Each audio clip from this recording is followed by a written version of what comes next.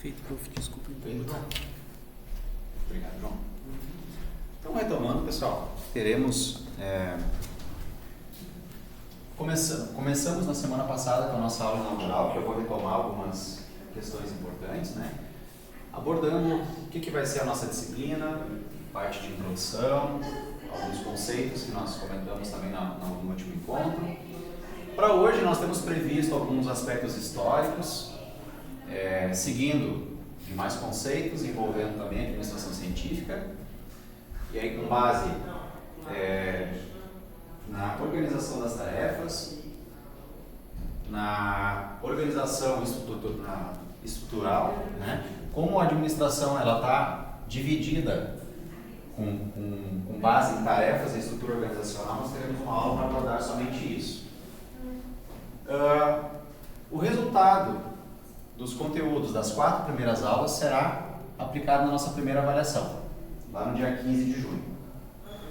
Seguindo, depois entraremos em conceitos da escola comportamental, da cultura organizacional e funções administrativas, que será a nossa prova número 2. Para 20 de julho está previsto o nosso exame, mas tem certeza que ninguém vai precisar. Esperamos, né? Mas o exame... Da sala de aula faz muito tempo, viu? Prova então, né? Nossa. Mas eu sempre gosto de dizer que o exame é só mais uma oportunidade que a gente tem, né? Caso a gente não tenha pego alguns conceitos de prova 1, prova 2, a gente vai faltar algum conteúdo, que a gente sempre vai tentando dando oportunidades, né? Para que não precise o exame. Mas se precisar o exame, é mais uma oportunidade que vocês terão de conseguir a aprovação na disciplina. Bom, gente, essa é a nossa disciplina. Assim ela está dividida e dessa forma nós iremos trabalhá-la nos encontros presenciais. Eu gostaria de conhecer vocês um pouquinho, né? Mas antes de conhecer vocês um pouquinho, eu vou falar um pouquinho mais sobre... Ajustado. Na semana passada o nosso cronograma não estava 100% ainda alinhado. Eu vi que tinha prova no dia 1º/6 já. Estava muito próximo. Tinha uma aula no ano passado também. Isso, Vamos vir 2 semanas mais agora, né? Antes era até 6. Agora avançamos um pouquinho mais. Avançaremos um pouquinho mais. Tudo só deu dia 13, não vamos ter exame. 20/7. Com certeza, vocês vão até 13/7. Nem se preocupe com o dia 20, tá? Não, já estou de férias. Depois eu vou pra pizzaria. Isso aí. Pizzaria não pode faltar. Bom, eu me chamo David, sou professor aqui da rede há 2 anos e um pouquinho, né? A minha área é a área financeira, é a área da contabilidade, mas eu adoro o conceito, tá? Essa disciplina é uma das minhas preferidas, porque como a administração ela é muito ampla e ela está sempre se modificando, a parte conceitual não muda, né? Se você entender a essência, se você entender o porquê das coisas, fica mais fácil de você entender para onde que as coisas estão caminhando, né? Eu sou assim, eu gosto de conceituação, eu gosto de estudar o porquê das coisas. Nós tivemos figuras importantíssimas ao longo da história, com cada um no seu tempo, com o passar dos tempos, souberam atuar, né, de acordo com o que o mercado exigia até então e conseguiam prever a dinâmica do mercado, para onde que o mercado estava caminhando e conseguiam prever, através dos seus estudos, qual que seria a melhor forma de você lidar com essas mudanças. Então, basicamente, ao longo da nossa disciplina, a gente vai entender para onde que a administração está caminhando, né? Teremos, eu vou tentar fazer as aulas mais expositivas possíveis. O meu perfil de aula é esse. Eu gosto de slide, mas eu não gosto de ficar lendo slide, não gosto de ficar abordando somente o que está no slide. Eu gosto de falar de exemplos, eu gosto de falar de estudo de caso, eu gosto de trazer o que eu vejo no dia a dia e na realidade das empresas. Eu trabalho também numa financeira que atua diretamente com empresas, pegando a sua área financeira, a sua área comercial, Então eu gosto de trazer esses exemplos para as minhas aulas, que é o que no dia a dia a gente acaba percebendo. Mas eu queria conhecer vocês mais um pouquinho também, para entender o que vocês esperam dessa disciplina, o que vocês esperam do curso, para que a gente possa confrontar as ideias, fazer com essas ideias, né? Vocês trazendo as experiências de vocês, as ideias de vocês, e eu trazendo as minhas, para que a gente possa construir juntos o conhecimento. Podemos começar contigo, colega? Como é que é teu nome? Onde é que você trabalha? Meu nome é Luana, boa noite pessoal. Meu nome é Luana, eu sou representante comercial, estou quase no fim do curso, me formo acho que em janeiro. Já aprendi bastante durante o curso, na verdade iniciei fazendo administração, mas porque a maioria das empresas exige às vezes pelo menos um básico, né, pra gente ter uma ideia, e também tipo, queria um pouco para mudar o pensamento de vida, porque eu acho que a administração é o básico para tudo, tu tem que te ajuda em tudo, administrar tanto sua vida pessoal quanto na profissional, né. Então, por isso que eu ingressei eu faço administração, né, então por isso que eu ingressei na administração, gosto bastante do curso. Acho que é isso aí. Legal. Esperamos contribuir mesmo, estando no final do curso. A gente possa contribuir um pouquinho aí. Claro, tudo é aprendizado. Seja bem-vindo. Obrigada. Colega. O meu nome é Aline, tudo bom, Gurias? Já tive uma aula contigo. A minha primeira aula no curso foi contigo. Não é dele? Isso, não é. Eu sou assistente administrativa. Quando eu comecei no curso, eu estava até desempregada. E eu comecei e já consegui uma vaga nessa parte de administração. Também já estou quase terminando, vou me formar se eu conseguir passar, eu vou me formar em janeiro. Legal. Procurei também porque eu estava procurando algo nessa área e já consegui logo, graças a Deus. Então é isso aí. Que legal. Também esperamos contribuir um pouquinho. Colega. Meu nome é Karine, ainda não fiz um estágio na área, já saí, ainda não achei um emprego de administração, sim, mas claro, procuro nessa área e espero que eu consiga. Vai conseguir. Sim. Está no início do curso? Não, acho que eu me formo esse ano, acho. Esse ano? É. Adriane, fala um pouquinho de ti para nós também. Bom, eu sou a Bianca. Alguém já me conhece, não sei, a Bianca já me conhece, professor também. Também. Sou vendedora atualmente, trabalho na Hope Lingerie, tá, Gurias? Fica a dica. Já estou fazendo meu comercial. E também me formo, se Deus quiser, em janeiro. Vendo a colega, como é que é o nome mesmo? Luana. A Luana foi mais ou menos dentro do que a Luana colocou na parte de administração, da parte de você entrar para o lado pessoal também, e é um para o outro, assim, tanto profissional, que eu também gosto dessa parte bastante administrativa, assim, mesmo eu estando no ramo do comércio, eu não pretendo seguir pro resto da minha vida, em busca de novas oportunidades também, e sempre estando informada, por mais idade que tu tenha, porque hoje eu não sou nenhuma menininha nova, né, beirando quase os 50, então a gente não pode parar, né, temos que estar sempre com a mente aberta e ainda busco umas oportunidades novas na área profissional, que é essa parte de financeiro e que eu gosto demais, e na parte administrativa. Acho que um vai junto com o outro, porque terminando essa parte da técnica de administração, eu ainda penso em fazer, tipo assim, um financeiro para os dois, eu acho que junto vai me dar uma oportunidade boa. Com certeza. Tá super nova. Deus quiser. Legal, espero que consiga seguir nessa área. Sim. A gente gostar já é um princípio importante. Sim, né? eu gosto muito de números e por isso que essa parte financeiro e administrativo sempre foi meu forte. Assim. Mesmo hoje estamos no comércio, né? Mas eu busco ainda por essa área. E aí eu voltei, eu fiquei 6 anos, fiquei 15, 18 anos fora de Santa Cruz, eu voltei para Santa Cruz por causa que meu pai adoeceu, só contando rapidinho, por que tá no comércio hoje, né?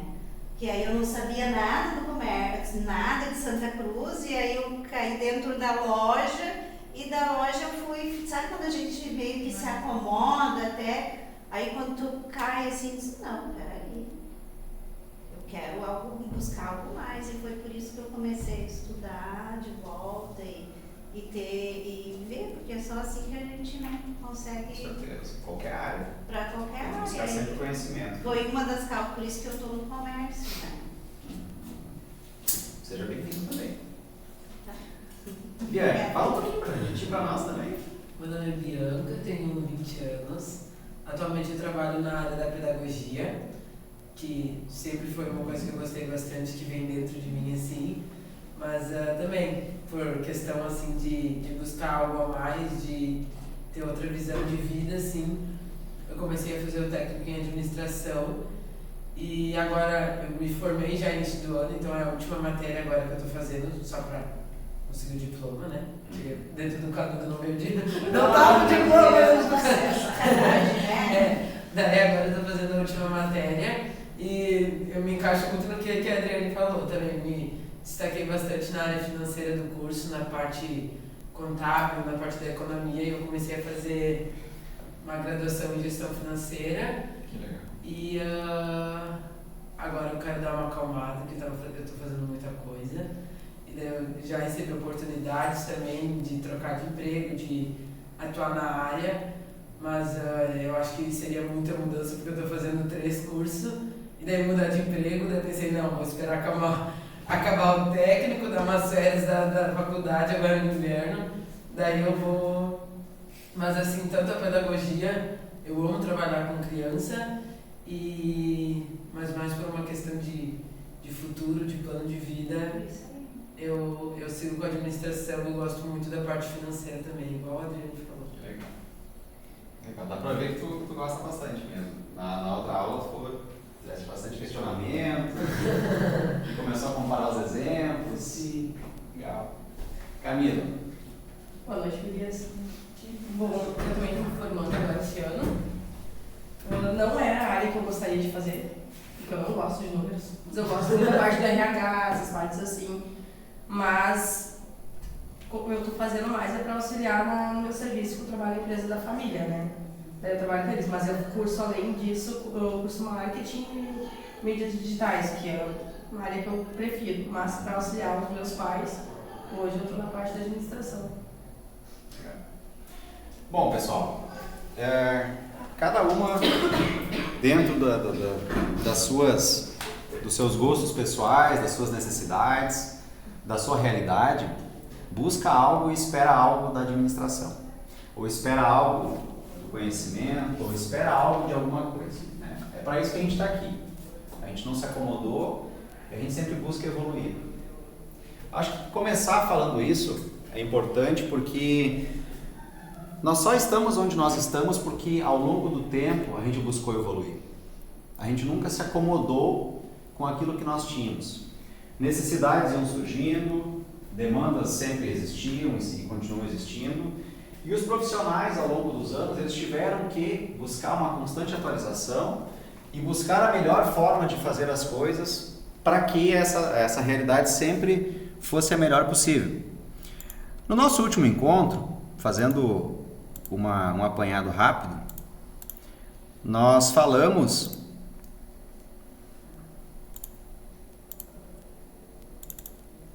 sobre como o nosso perfil, como o perfil de consumidores, ele se modificou ao longo dos anos, né? Nós temos 3 tipos de geração. Passou a existir um novo tipo de geração, que ele é mais recente, mas a gente não vai considerar nessa disciplina. A geração X, pessoal, se vocês observarem, são aquelas pessoas um pouco mais experientes, digamos assim, né? Ela traz como característica aquelas pessoas que, se você pegar anos 60 até meados dos anos 80, possuíam hábitos de consumos diferentes do que nós temos hoje, né? Características também. na época da geração X, nós não tínhamos, como é hoje, a tecnologia aplicada aos negócios e nem a nossa vida particular como um todo. Não existia computadores pessoais, o celular era algo inexistente, então a forma, o formato de comunicação e o formato de consumo era totalmente outro, né? Pessoas da geração X, elas eram, por características, pessoas que valorizavam muito mais o ter do que o ser.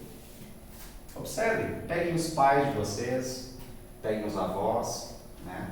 Dependendo da idade e realidade de cada um, procurem pensar nas pessoas com essas características aqui e observem que a geração que a geração X, ela possuía um hábito de consumo diferente do que nós temos hoje, bem diferente, né?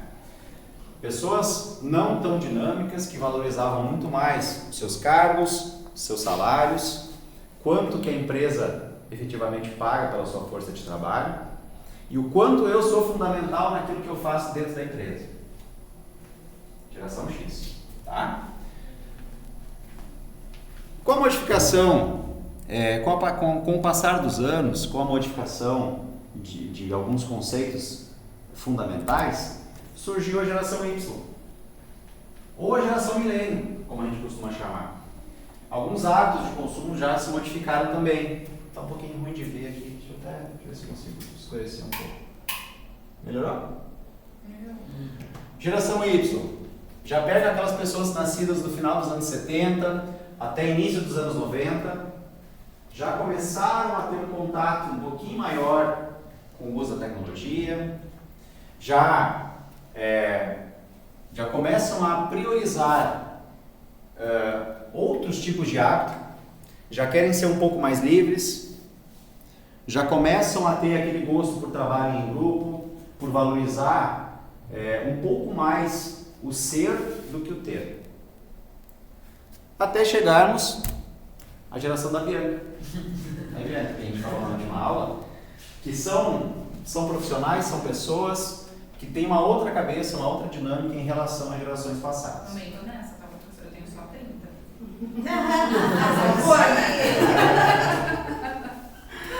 A geração Z, pessoal, é essa geração que já nasceu digital, né? Ela valoriza a rapidez, a dinâmica do mercado, já está totalmente ligada e impulsionada pelo que está na rede, pelo que a tecnologia impõe. Seu propósito de vida e de trabalho é mais voltado naquilo que é importante para ela, né? Não importante para ela, mas importante para onde ela está inserida. O que eu faço precisa ser importante para o local que eu estou inserido. O que mais? Priorizam planos de negócio e conectam-se a causas sociais, né? Priorizam aquilo que elas julgam ser importantes naquilo que elas fazem. Por que eu citei essas três gerações, pessoal? Porque características bem diferentes marcam cada uma delas, né? É importante eu saber o que marca, o que representa cada geração, porque mudam e modificam os hábitos de consumo. Vocês, empreendedores, gestores, gerentes, coordenadores, enfim, precisam o quê? Conhecer o público ao qual vocês estão prestando o seu serviço, vendendo a sua mercadoria ou fornecendo a sua informação. Cada um na sua área, cada um representando um tipo de produto, um tipo de serviço, precisa saber onde que está o meu público. É a geração X? É a geração Y? É a geração Z?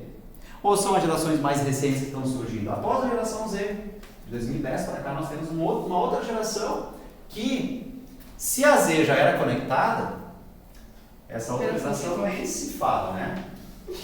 Então, as crianças hoje em dia nem sabem mais pegar no carrinho. Não sabem, não jogam mais futebol, não brincam.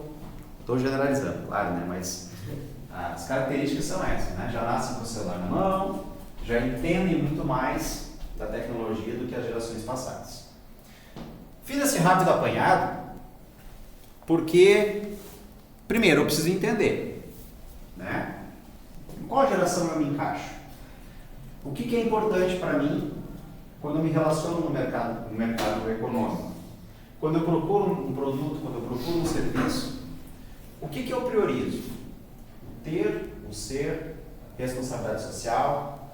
Eu compro de quem prioriza ser responsável socialmente, né? Como é que eu me relaciono nesse mercado? Porque o mercado de trabalho, ele é muito amplo. E por ser amplo, está cada vez mais difícil você se inserir nele. Você encontrar o seu espaço. E nem se fala, né? Se é difícil você se inserir nele, você fazer a diferença e achar o seu espaço é ainda mais difícil, cada vez mais. Porque hoje em dia, você fazer a diferença exige cada vez mais de você profissional. Bom, o mercado está aí, ele está se modificando, nós estamos num mundo tecnológico, as coisas estão acontecendo cada vez mais rápidas. Como é que eu estou me preparando para o meu negócio, da minha empresa, estar enquadrado nessa mudança tecnológica? Será que eu estou fazendo o que os meus concorrentes estão fazendo? Será que eu estou utilizando as mesmas armas que os meus concorrentes utilizam? Será que eu sei quais são as ferramentas tecnológicas que vão impulsionar as minhas vendas, os meus serviços? Fica o pensamento. Pessoal, isso aqui foi o que a gente viu, a grosso modo, na nossa primeira aula, tá? E hoje, dando sequência, nós vamos tentar entender um pouquinho de como que essas movimentações elas aconteceram ao longo dos anos. Para isso,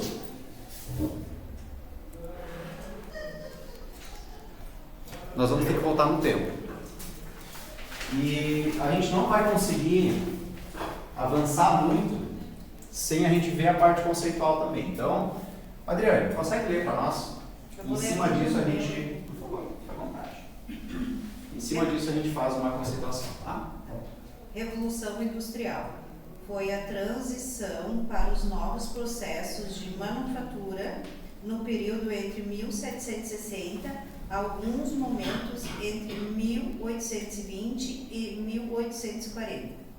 Essa transformação incluiu a transição de métodos de produção artesanais para a produção por máquina, a fabricação de novos produtos químicos, novos processos de produção de ferro, maior eficiência de energia de água, o uso crescente da energia a vapor e o desenvolvimento das máquinas ferramentas, além da substituição da madeira e dos outros biocombustíveis pelo carvão. A revolução teve início na Inglaterra e em pouca década se espalhou para a Europa Ocidental e os Estados Unidos. Perfeito. Aí embaixo a revolução impulsionou uma era forte de crescimento econômico nas economias capitalistas. Vamos começar de trás para frente, tá? Está dizendo que ela impulsionou um novo momento. A partir da Revolução Industrial nós tivemos um novo momento, nós tivemos um novo jeito, uma nova maneira de fazer as coisas.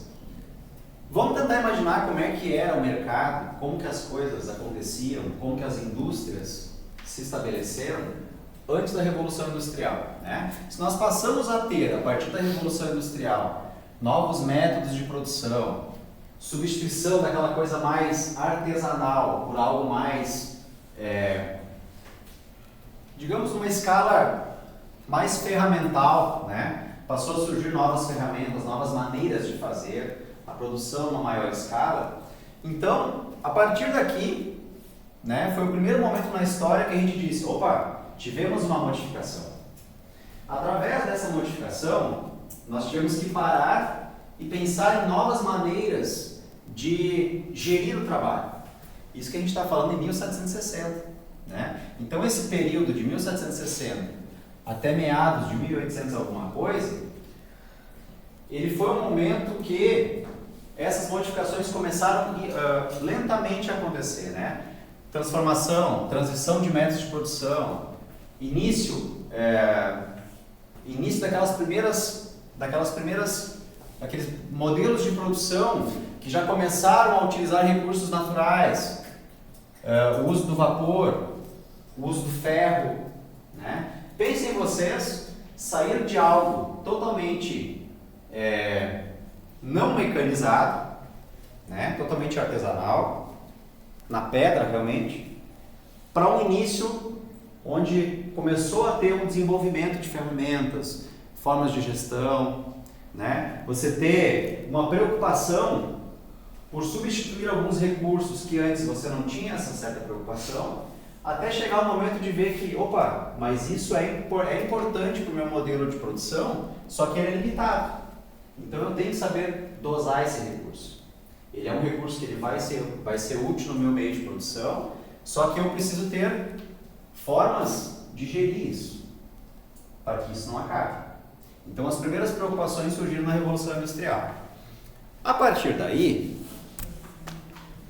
falando já século XVIII, né? Na Europa as coisas já começaram a se modificar.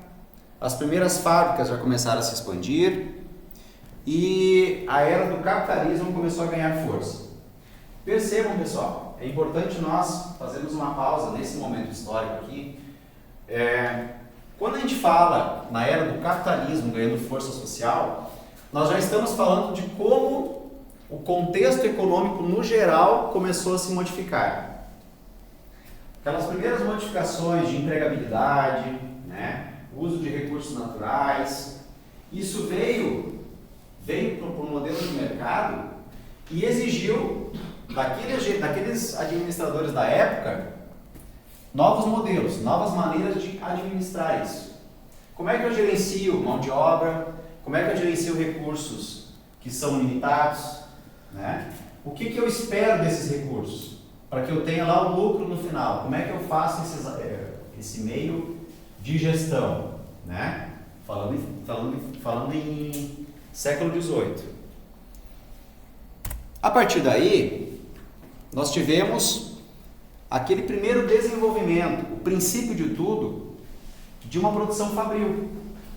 Aqueles primeiros modelos, né? Pequeno artesanato, as pequenas oficinas, que antes da Revolução Industrial predominavam no mercado, elas começaram a dar lugar para fábricas organizadas, para modelos de trabalho organizados e direcionados a esses novos formatos de gestão.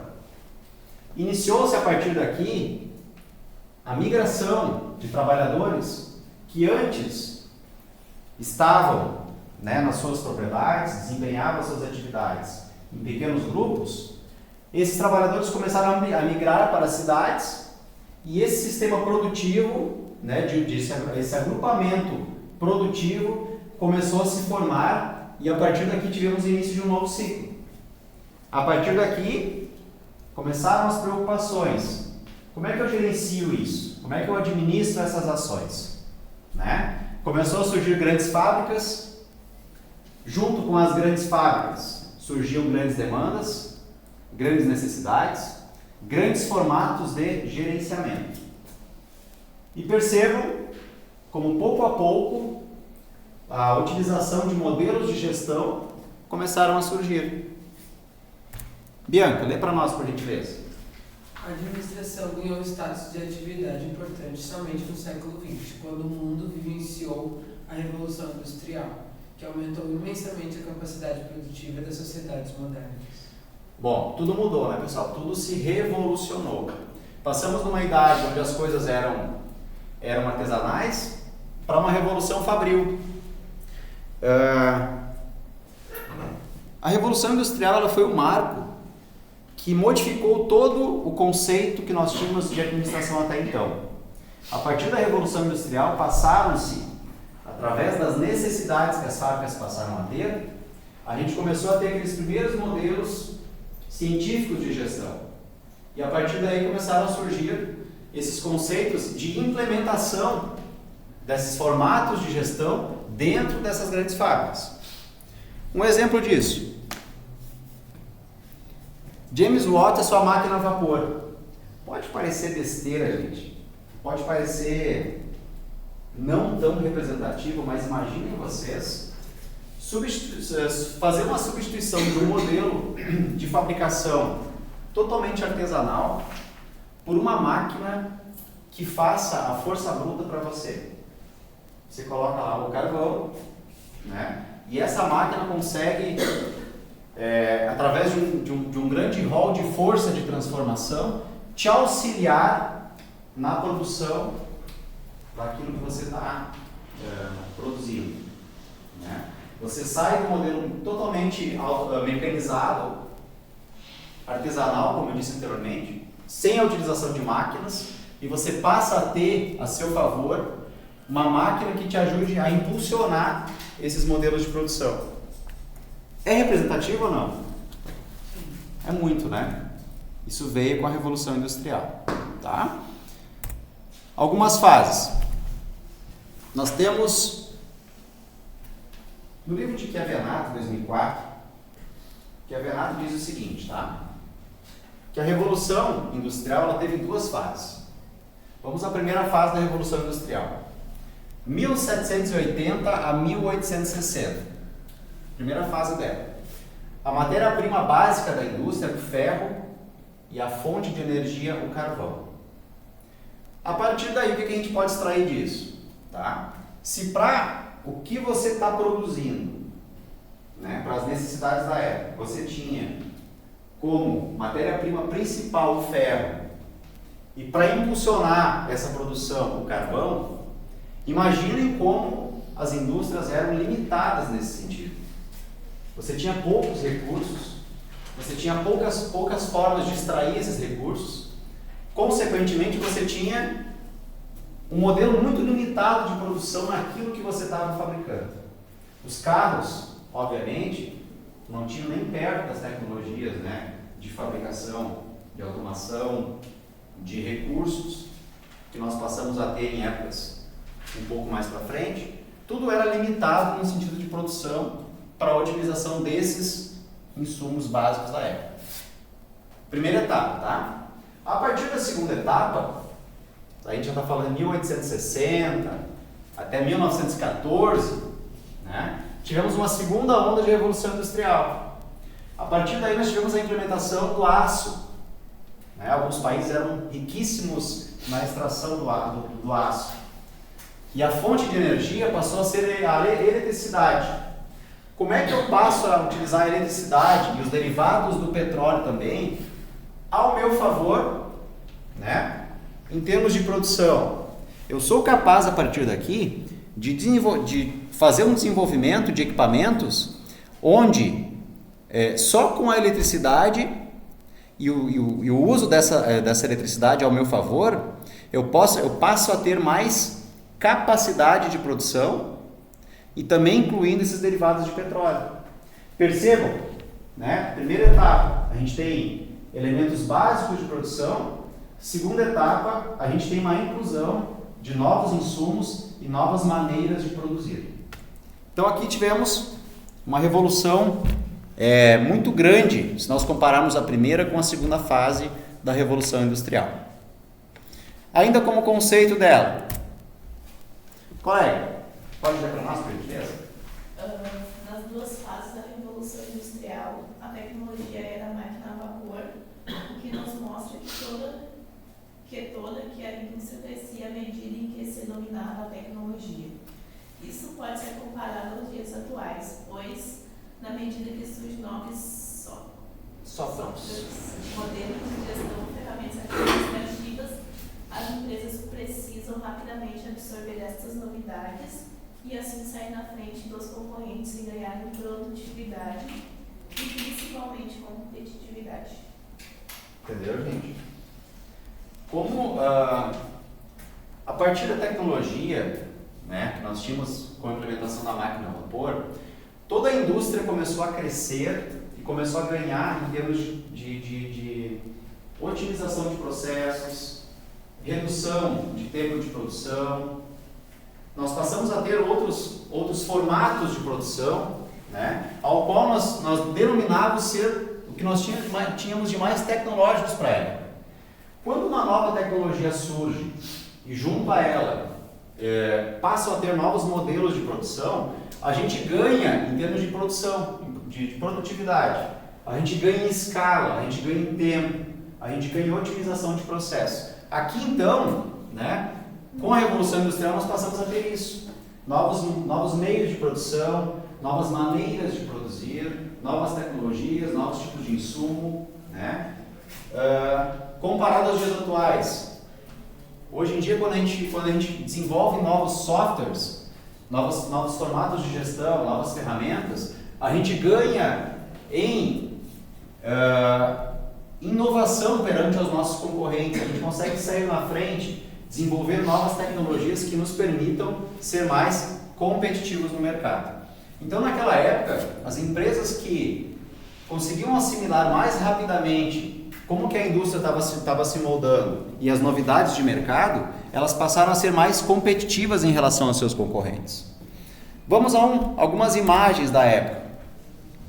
Percebam, pessoal, ainda na Revolução Industrial, nós temos uma linha de produção de automóveis, né? Mão de obra infantil e feminina, longas jornadas de trabalho. Ao longo da disciplina, a gente vai ver como que essa mão de obra se modificou também, né? Lá nos primórdios, nós não tínhamos a preocupação com o trabalhador, com a mão de obra, como que essa mão de obra era empregada na linha de produção, né?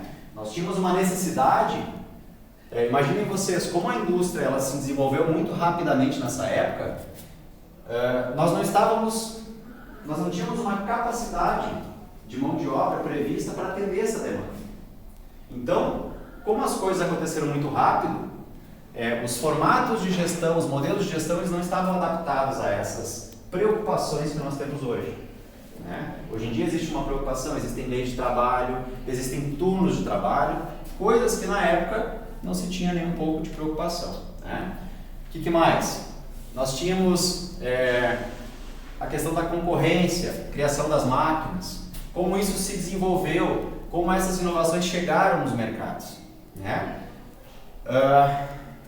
Enfim, né? Essas modificações elas aconteceram rapidamente, em larga escala, e os profissionais da época tinham certa dificuldade em assimilar essas modificações e colocar modelos de gestão voltados a essas adaptações nas indústrias da época.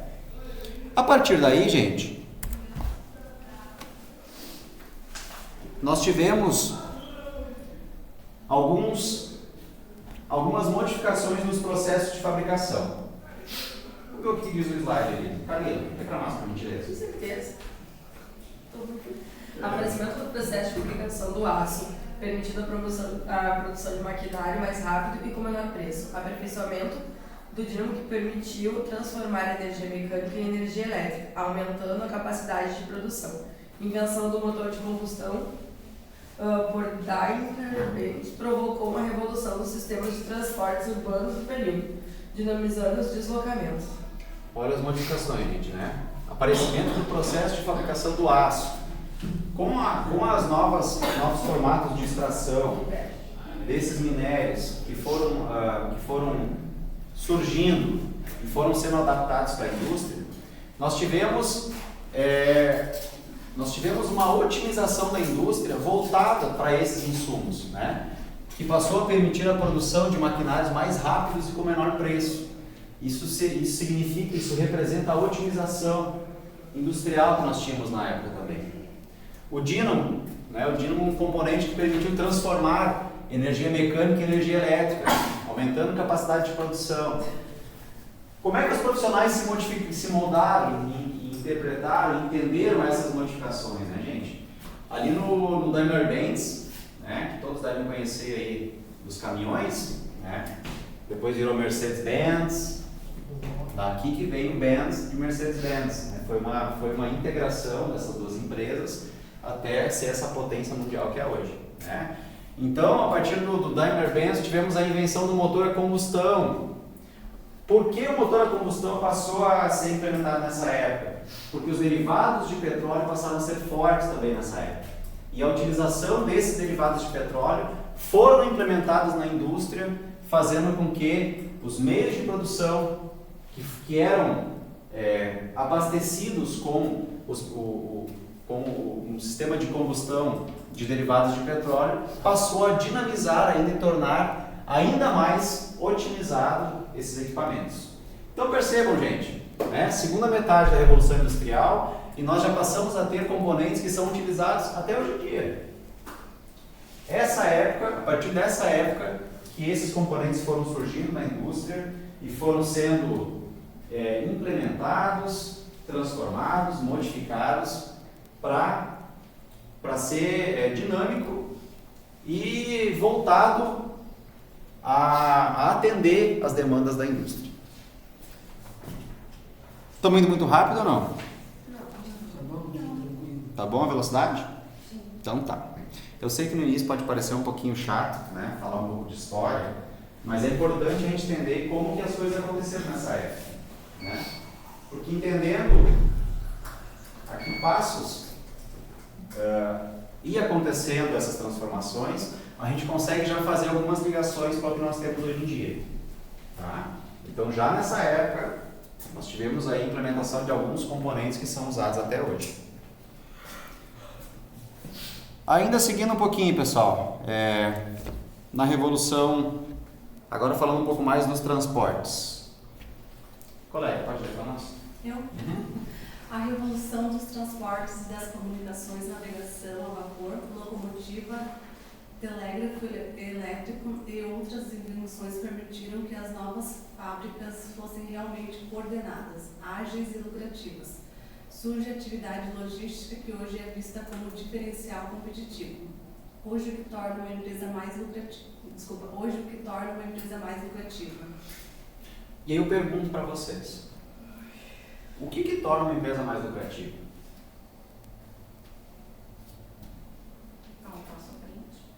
Dá um passo à frente.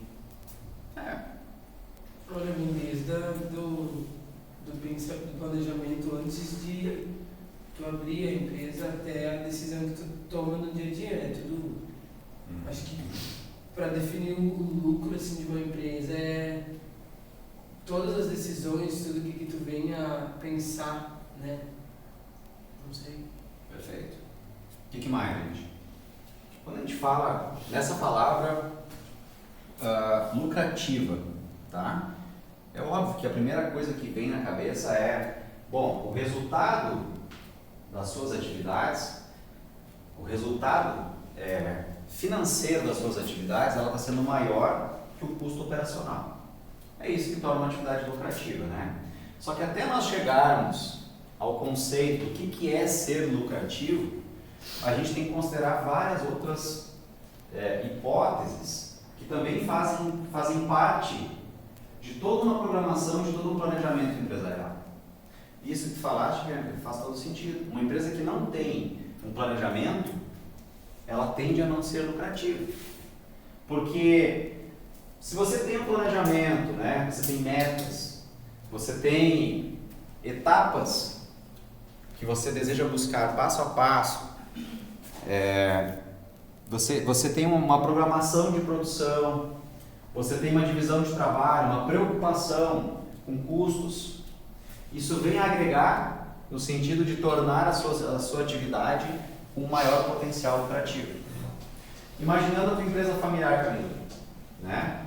Você só vai ter o lucro se o resultado das tuas atividades for maior que o custo operacional, correto? Sim. E isso envolve também, de nós, gestores, uma análise constante daqueles custos operacionais que fazem parte das nossas atividades, né?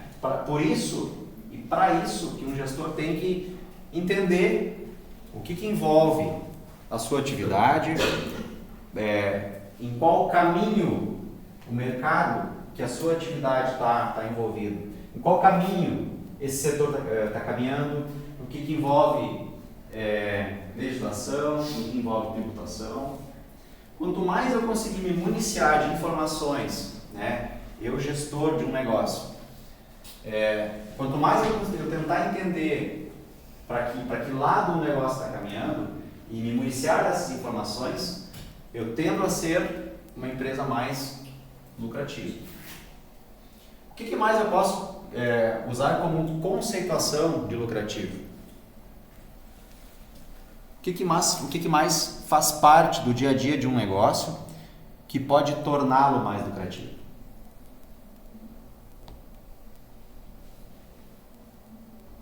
A parte de pessoal, a parte de RH, é uma preocupação que eu devo ter também, sim ou não? Sim. E dentro dessa preocupação com RH, o que eu posso dizer que pode me atrapalhar no sentido de buscar o lucro? Os colaboradores não serem trabalhar do jeito que precisa que eles trabalhem.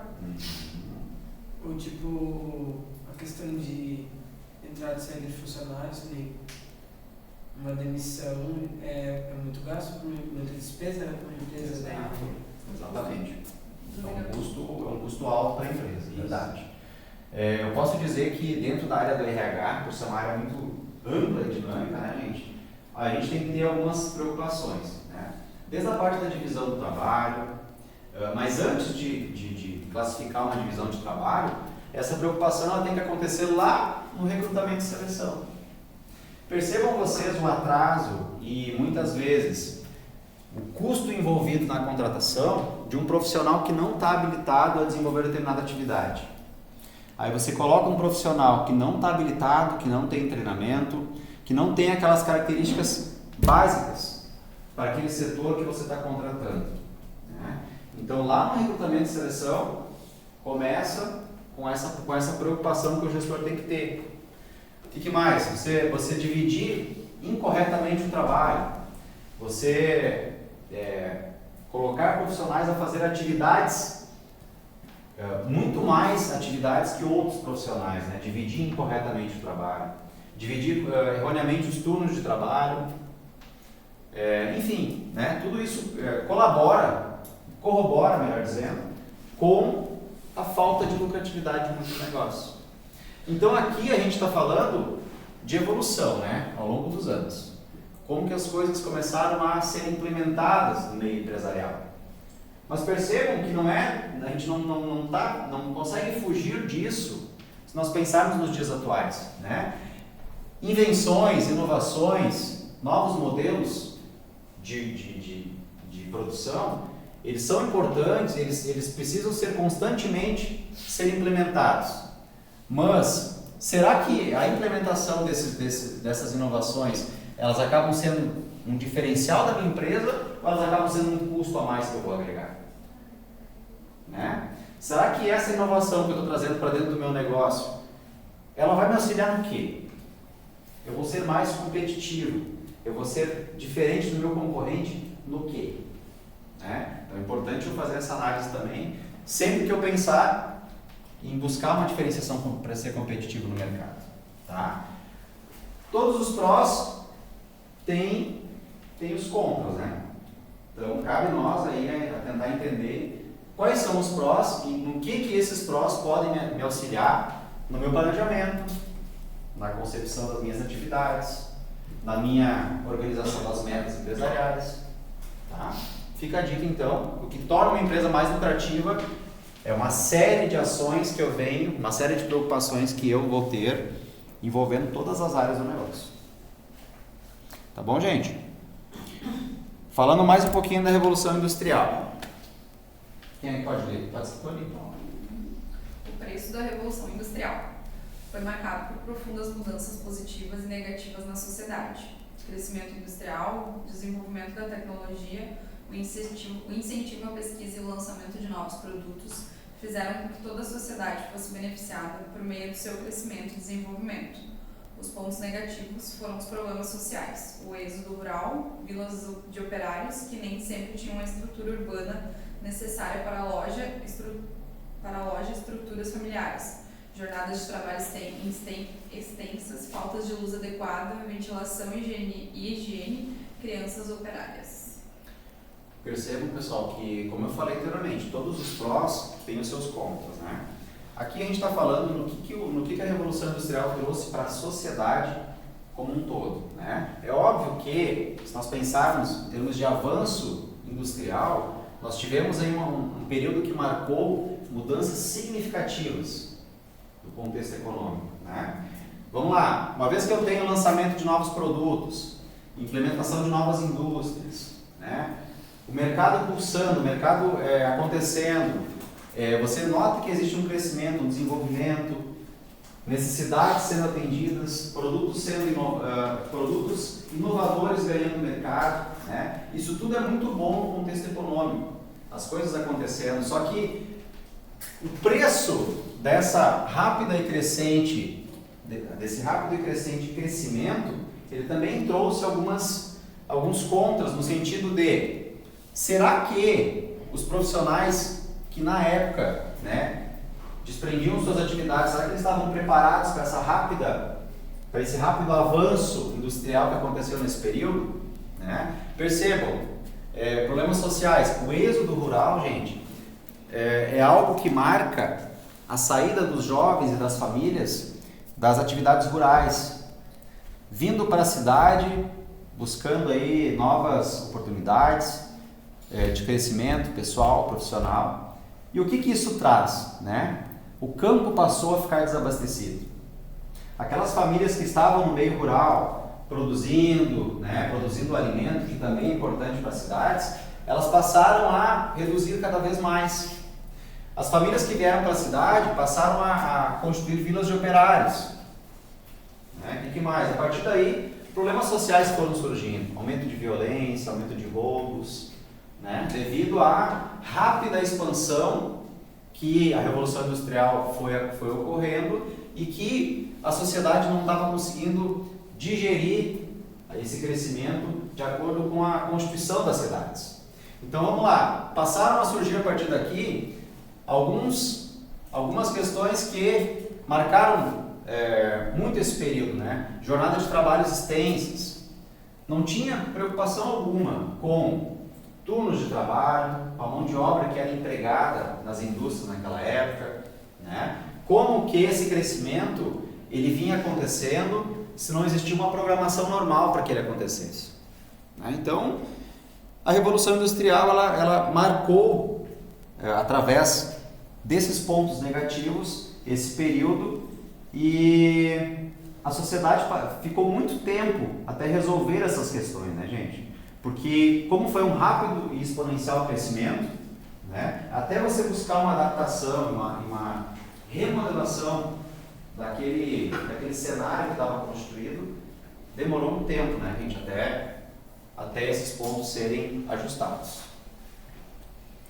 Com isso, né, nós podemos dividir as fases das empresas da seguinte forma. Vamos ver as fases de divisão, então, desses avanços tecnológicos em termos de gestão. Nós tivemos lá, até 1780, aquela primeira fase ao qual nós chamamos de fase artesanal. Como o próprio nome diz, pessoal, nós não tínhamos modelos de produção e formatos de produção que visavam o aceleramento de produção, que visavam a utilização daqueles recursos que vinham sendo implementados de modo a constituir uma produção acelerada. Então essa fase artesanal, ela se estendeu até o começo da criação da máquina a vapor, que nós vimos anteriormente, lá em James Watt, em meados de 1776. A partir de 1776, naquela fase de transição, onde a partir da implementação da máquina de vapor, nós tivemos uma transição de período, né? Onde começaram a surgir as pequenas oficinas e começou a se introduzir de modo bem embrionário, né, digamos assim, a tecnologia aplicada à máquina de vapor. Nós podemos dizer que nós passamos dessa fase artesanal para uma fase de industrialização, né? Modelos de produção e de gestão um pouco melhores começaram a ser implantados a partir dessa época. Na terceira fase de produção e na terceira fase, que a gente costuma dizer que é a fase do desenvolvimento industrial, nós tivemos o boom da indústria.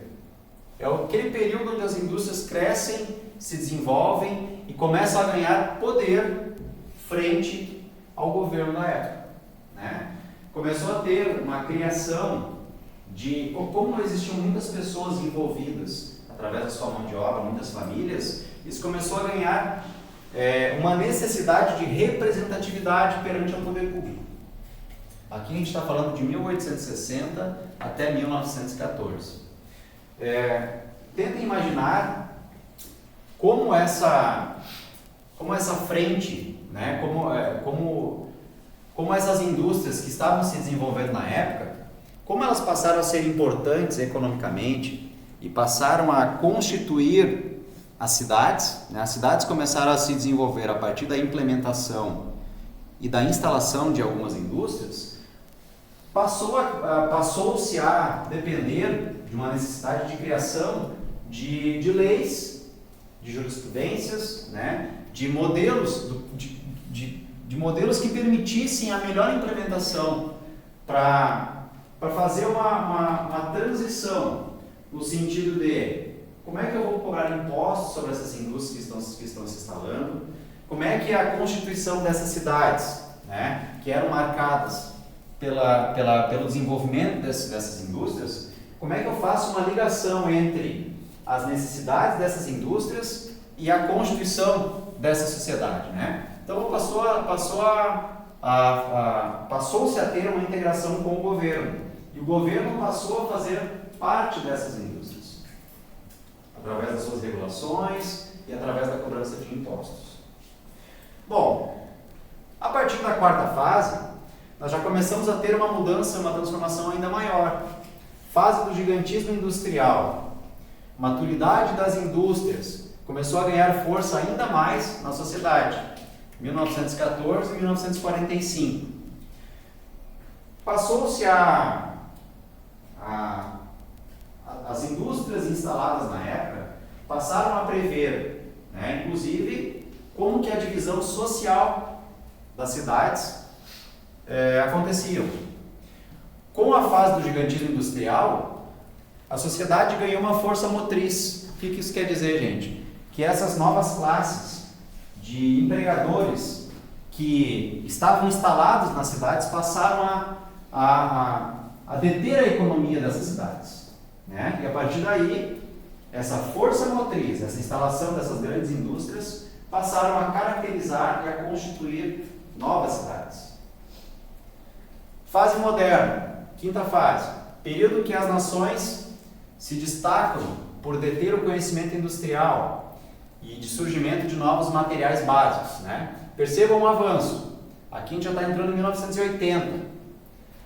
Com essas implementações, com essas modificações, né, passou-se a surgir novos materiais básicos, inovações, novos produtos para atender aquelas necessidades daquela onda, daquela sociedade crescente que vinha desde o quarto período.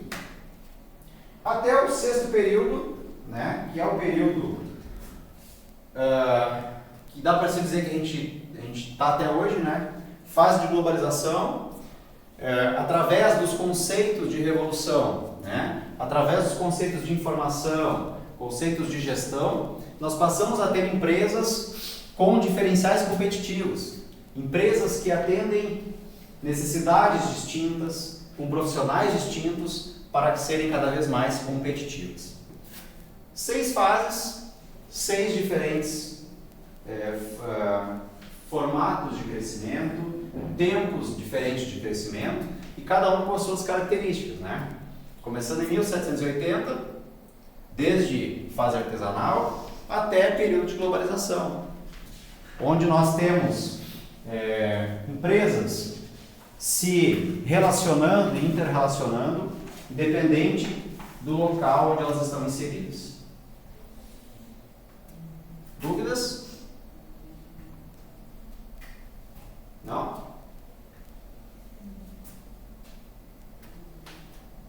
Para vocês, né? Se nós imaginarmos até os dias aí atuais, dá para se dizer que algum período de história, alguma fase histórica venha a ser a mais importante que outra? Ou na concepção de vocês, todas elas têm o mesmo grau de importância? Acho que primeiro chute lá em cima é o mais... A primeira fase é a mais importante. Tipo, porque as outras foram meio que uma consequência, foi evoluindo, mas veio a partir da primeira mudança. Foi o período mais revolucionários. Isso, Né? Mas eu não teria como você dizer que um é mais importante que o outro, né? Porque todos eles Eu marcaram. acho que vai por período. Tipo assim, a segunda fase era a mais importante e depois aí veio a terceira fase que ficou mais importante ainda em questão do desenvolvimento. Cada um tinha a sua importância. Né? Isso, E o que dizer da fase de globalização, né? Hoje em dia, você pensar numa empresa que não atenda, né, essas etapas anteriores, que não se adaptou nessas etapas anteriores até chegar aqui, é uma empresa que está fadada ao fracasso. Né? Não existe mais. Exato, né? Dá para se pensar numa empresa hoje que não esteja, que não se relacione com outras empresas, que não compre de fornecedores, que não venda para outra empresa, que não esteja constituída num mercado onde, independente de onde o seu cliente estiver, ele possa atender, né? Isso é o que marca a fase de globalização. É você estar apto a atender qualquer empresa e qualquer cliente, independente de onde ele esteja. Né? Não dá para se imaginar hoje uma empresa que não esteja aberta a isso, né? Que não Pior que existe. Tipo, que nem eu sou representante comercial, eu ainda vejo, cara. Tipo, eu atendo farmácia, né? Em várias cidades que eu vou, cara, tem umas farmácias assim que tu entra, tu fica pensando, meu Deus, cara, o cara tipo, não muda o pensamento, ele não entra nas novidades, não bota produto novo, é aquelas coisas de antigamente, assim, que a minha avó comprava e parou. Tipo, tu tenta dar uma ideia, não, eu só vendo isso ali, as pessoas só vêm comprar isso ali e não quero, sabe? As pessoas não buscam mudar, entendeu? Sim. Não É que buscam. as pessoas não compram porque ele não bota. Hoje eu falei para um cliente, ele disse, porque eu até preciso de umas coisas, mas não vou botar por enquanto. Mas se tu não botar, tu não vai vender, entendeu? Se tu tá sem, talvez seja por isso que tu não tá vendendo. É uma consequência uma coisa da outra, sabe? Sim. Mas eu já peguei várias farmácias que eu saí de lá pensando assim, meu Deus, cara, tipo, como é que vende? O forte dele deve ser remédio, porque eu trabalho com a linha de perfumaria. Não tem nada, é o básico do básico e muito de antigamente, marcas bem antigas, tipo, não tem nada conhecido, sabe? Que tu fica pensando como é que sobrevive. Empresas assim, elas, sei lá, estão inseridas em cidades onde a demanda não deve ser, a concorrência não deve ser muito grande. E são pessoas, os donos, assim, são pessoas mais antigas que tu vê, sabe? Que não estão a fim de abrir o horizonte. Mas lembra que nós falamos anteriormente das características de cada geração? A geração X é assim, né? E nós falamos isso na semana passada. Eles não estão abertos a imaginar como que o mercado mudou. Se tá bom assim, por que eu vou mudar? Não, pra mim, né? Pra mim não é Até legal. o momento que parar uma farmácia, dando o exemplo da farmácia mais moderna do lado dele, ou ele fecha as portas, que é o provavelmente que ele faria. E tem algumas já que tipo, já me perguntam o que o meu vizinho comprou, me conta o que ele botou, tipo, já querem acompanhar o processo, porque hoje em dia a jogada é essa, se tu não acompanhar e tá por dentro, pra competir tu não vai conseguir, entendeu? Mas gente, assim, tem determinadas cidades têm um pensamento diferente de outras, né? A nossa cidade é uma cidade que tem um pensamento bem parado em relação a isso. Eu observo muito essa característica, assim. Tu que é de Rio Parque, Camila? Tua cidade também. Vai dar um pulinho do lado pra te ver. Tô falando. Tu acha que parado dá um pulinho do lado? Quando, eu me lembro assim dos comentários, né? Quando aquelas primeiras redes grandes de atacado começaram a vir pra cá, hoje tem uma em cada esquina, né? Tem até um monte. Mas a primeira acho que foi o Max. Né? Se falava assim, nossa, vamos quebrar os mercados agora. Não quebrou. Né? Os consumidores eles vão se adaptando e, quem quer comprar um atacado vai lá. Mas a gente vem todos de Rio Pardo para fazer compras aqui, porque lá tem coisas que não tem. E não tem nenhum supermercado maior, assim. Tem a rede da IMEC, tem uma rede Super, uma rede Vivo, tem a rede Forte e dentro. Mas o conceito, assim, Santa Cruz tem esse conceito um pouco mais parado. Mas eu acho Santa Cruz parado, perto das outras regiões que eu visito, eu acho Santa Cruz muito parado. Eu também acho super parado. E tem umas cidades, às vezes, até que são menores que Santa Cruz, cara, que são muito mais tem um pra frente pensamento do que mais inovador, com certeza. Começou a vir aí algumas redes de franquia, né? McDonald's, Subway, enfim, temos outros hoje na cidade, que tem uma rede de cafeteria, né? Sempre tem aquele pensamento, nossa, agora veio o McDonald's, vai fechar com todos os restaurantes. tem lugar. Tu tu escuta esse tipo Mas de é que nem eu comentário. moro dos lados do Arroio Grande ali, né? Na redondeza ali da Rede Viva. Aí falaram, agora tá vindo o Via. A Rede Viva, porque o que separa os dois é só uma parede. riachozinho. É lado a lado, né? É, um do lado do outro, né? Só que estão lá, a Rede Viva está lá sobrevivendo. Parece que eles não vão fechar, porque já disseram que ia fechar. E aí disseram que vale mais a pena eles manterem mais 5 anos, que eles têm 6 anos de contrato, do que eles rescindirem o contrato. E pelo movimento que tá, não vale a pena eles fechar. Lógico, a gente percebe que o movimento caiu. Mas tipo assim, né? Uma maior comendo uma menor. Eu estive no Via em 2 oportunidades. Eu fui conhecer lá. A primeira delas foi, eu vou lá conhecer, que é o normal, assim, né? Abrir um mercado grande. Vou lá Vamos ver se é tudo conhecer. isso mesmo. Vamos ver se é tudo isso. Vamos Meu ver se pensamento é mesmo. Vamos lá ver se é tudo isso que as pessoas estão falando. Assim, gostei do que eu vi.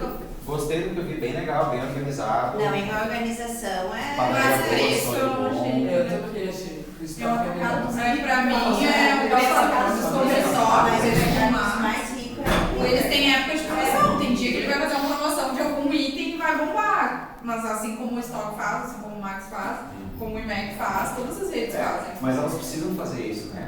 chamar, Tem né? toda Porque assim, estratégia ó, de tu vai lá pra diferenciação. comprar um produto, já tá tudo. Aí tu já olha, Eu né? só levo uma coisa só, né? Não, chamariz. Eu fui no mercado hoje pra comprar carne. E elas começam a agregar o quê? Começam a agregar lojinhas, né? Aí tem que ter estratégia de diferenciação. O que são estratégias de diferenciação? Além de promoções de alguns produtos específicos, né? Eu tenho um estacionamento amplo, a minha localização já é para atender mais a zona sul da cidade. Porque se as empresas não tiverem essas estratégias, o produto é o mesmo. É verdade. Tu ficar brigando por É que nem preço. aqui, ó, tá tudo por volta da rodoviária, na BR. Pro lá, eu vou falar por mim, eu moro pra lá e trabalho aqui no centro. Pra lado de lá é muito difícil. Nunca fui no Desco, nessas anos, seu Marcos, né? O Marcos é mais antigo que, né? E tal. Agora no Via, pra mim foi uma mão na roda. Não, e o Marcos Mas é isso aí sim. é atacadão também, né? Atacadão, né? É atacadão. Não é mais Max. Não é o Max, É que pode. Mas eu digo assim, Todo ele mundo pegou achou. o lado e pegou aquela região É, toda lá, que não tinha nenhum atacadão, os atacadão ficaram tudo Isso lá foi em uma cima do estratégia outro. boa de. Foi, eu acho que foi um jogo. E outro, né? É uma visão. Talvez a Camila sabe mais do que eu, mas imagino eu que deva ter muita gente de Rio Pardo, Encruzilhada, que trabalha em Santa Cruz. Passa por né? ali. Em qual rede que ela vai querer, que essas pessoas vão comprar? Onde fica mais fácil a questão do Minha irmã custo. trabalha no estoque. Ela sai do Rio Pardo e trabalha no estoque. No escritório de estoque. Bem, A questão de logística é uma coisa que eu observo muito, né? Aí eu saio do trabalho e estou indo para casa. No caminho tem um supermercado. Normalmente é ali que eu vou, né? Aí, questão de preço. Claro que tem mercados que são mais em conta que outros, né? Só que será que a qualidade é a mesma? Dependendo do item, sim, né? Dependendo se é um produto de fruteira, se é um açougue, se é uma padaria, tu até vai a determinado mercado, tu sabe que a qualidade é diferente. Mas às vezes não compensa. A gasolina que tu vai gastar. Você tem que fazer Um cálculo. tem que pesar para ver se compensa, né? Mas aí nessa fase de globalização que a gente está falando, nessa 6ª fase, essas estratégias de diferenciação entram, né? Diferente dessas anteriores, onde tu tinha a questão de sobrevivência. Para eu sobreviver através da minha atividade, eu preciso sair do formato artesanal, eu preciso entrar na máquina a vapor. Porque se a minha empresa ficar no formato artesanal, o meu concorrente vai se sobressair e eu vou cair fora do mercado. Percebam como cada fase exigiu das empresas inovações e transformações, né? Sair da sua zona de conforto, hoje eu faço assim, mas eu tenho que passar a fazer diferente, porque eu preciso ter um diferencial competitivo em relação ao mercado que eu estou estabelecido. com licença, eu vou ter que lá que hora de sol. Tranquilo. Deixa eu ver se eu me passei no horário aqui, gente. A gente vai falando. Não. 8h15, tá dentro do horário. Tranquilo, boa noite. Semana que vem. Então, até chegarmos na fase de globalização, né, novas revoluções, onde hoje em dia a concorrência é muito mais acirrada em tudo, porque à medida que a tecnologia avançou e a implementação desses diferenciais eles passaram a ser mais introduzidos nas empresas, ficou mais fácil de você buscar diferenciações através dessas inovações. Então, quem ficou parado no tempo, quem não buscar uma atualização, ele vai perder um diferencial competitivo. E, consequentemente, ele vai perder o quê? Cliente, né? Então, se eu não buscar ser diferente, se eu não buscar entender para onde o mercado caminhou e entender que eu não posso ficar parado nessa revolução, né? Se eu buscar essa diferenciação, a minha tendência é que, né, eu busco uma diferenciação perante o meu concorrente. Então, só voltando àquele questionamento que eu fiz anteriormente, né? Qual fase é a mais importante? Todas elas têm um grau de importância igual. Porque em cada período nós tivemos transformações significativas, né? Até chegarmos à fase atual. Tá? E o período atual ele é um período assim, interessante porque hoje em dia o acesso às coisas, aos produtos, ele é muito dinâmico, né? Essa semana mesmo, estava buscando um produto na internet, aí botei lá, o produto aparece na, sei lá, 20 sites que vendem o produto, a diferença de preço é mínima. Né? Então o que me faz comprar de A e não comprar de B?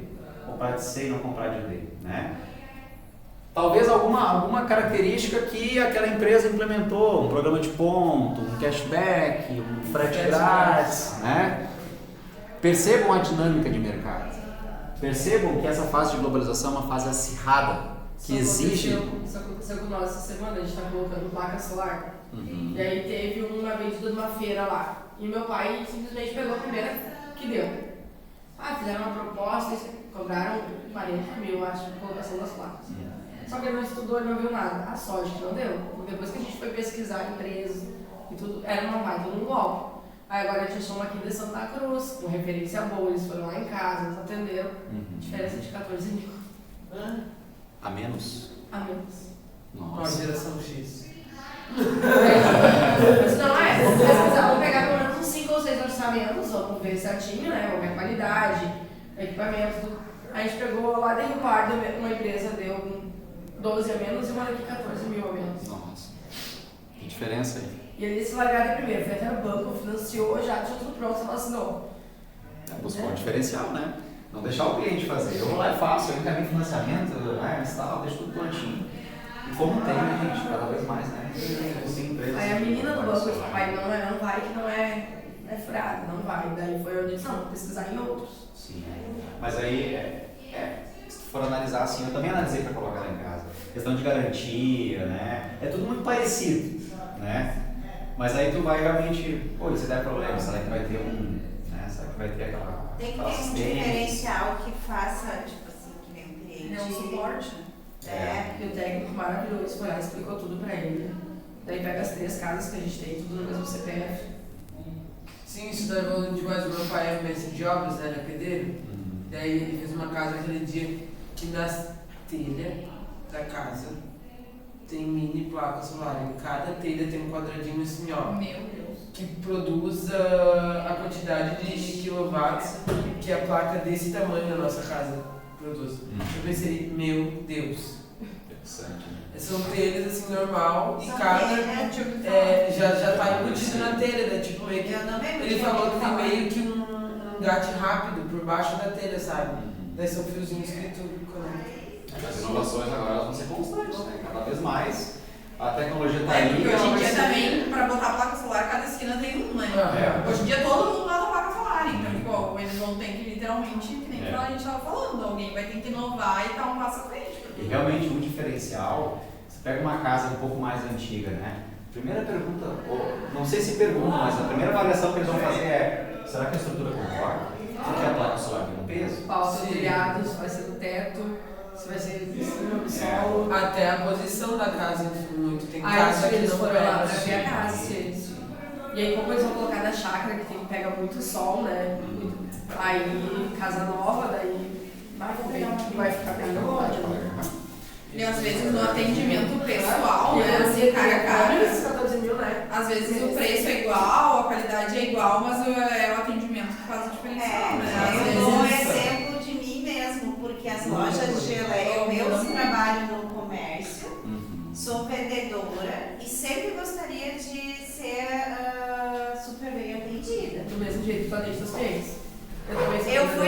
fui fazer um orçamento em loja de eletrodoméstico de um produto que eu tinha em loja de eletrodoméstico. Para começar, eu posso até citar nomes. Essas aqui, ó, nem pensar, porque tu já não entra porque existe uma parede, todo mundo na porta. Inibe o cliente. E quando tu pergunta, todo mundo fica te olhando assim. Eu não sei sente mal, nada assim. Ai, quem vai atender? Eu vou te falar, era de uma TV. Minto, da TV era no caso da Beca. Eu cheguei na Beca e o cara olhou assim, eu disse, queria ver uma. Isso era a TV da minha mãe. Queria ver uma TV de 32 polegadas. Não, com licença, professor. Tá aqui. Aí eu fiquei parada e dei uma idiota. Tipo assim, qual o diferencial, né? Eu queria. Né? Sim. Ele só fez assim, tá aqui e parou assim, tipo assim, nossa. Ou aqui quantas vezes tu vai comprar na Magazine? Eles pegam. Né? Aí eu quero olhar minha geladeira. Calma aí, deixa eu.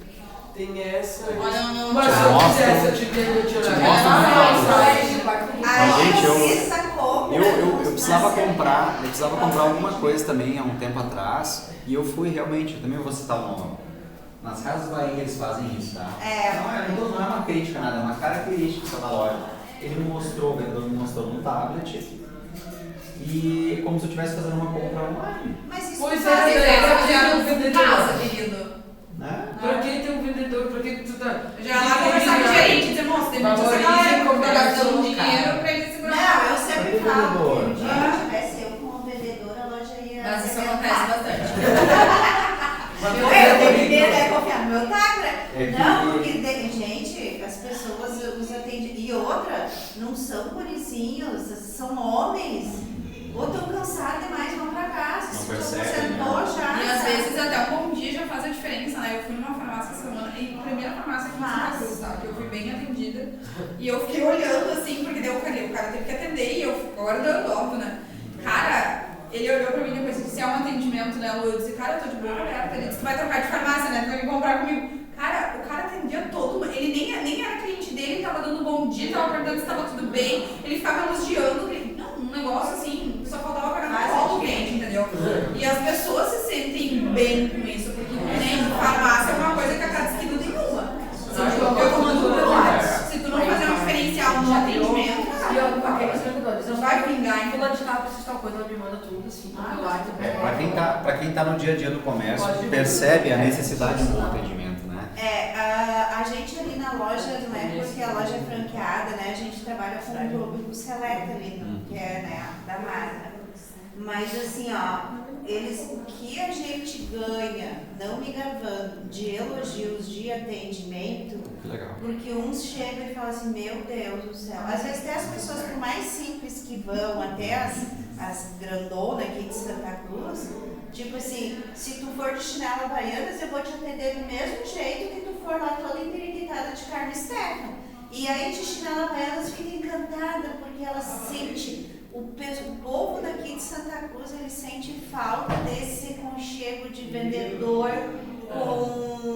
porque hoje é papum, sabe? E a gente conversa, a gente vai de conversa. Pois é, Eu falei, Mas aí esse negócio de Santa Cruz e sua hospitalidade. Aí o que acontece? Aí tu tem o teu diferencial. Às vezes tu pega o cliente que nem. O que aconteceu? Que não foi da TV, mas foi numa mesa que eu comprei pra minha casa.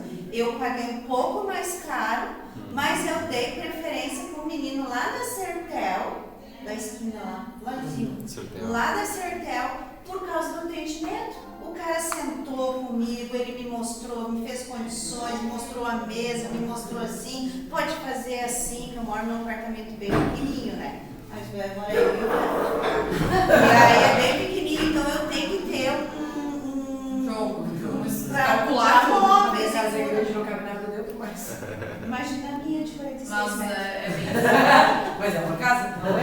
Ontem eu encontrei um representante que está há 9 anos na área, e daí ele falou pra mim, ele disse, Lu, hoje em dia nem é mais, tu vai ver, não é mais preço, é o atendimento. Tu vai ter clientes que eles não vão se importar de pagar R$1, R$2 mais caro do teu produto, porque eu vendo produtos que outras pessoas também vendem, às vezes tem alguns produtos que 2 ou 3 representantes de outras trabalham também. E E aí ele disse, às vezes não é, o pessoal não vai nem se importar com o preço, de te pagar R$1, R$2 mais caro, mas às vezes o pessoal vai tipo, gostar da tua cara, vai ver que tu trata eles bem.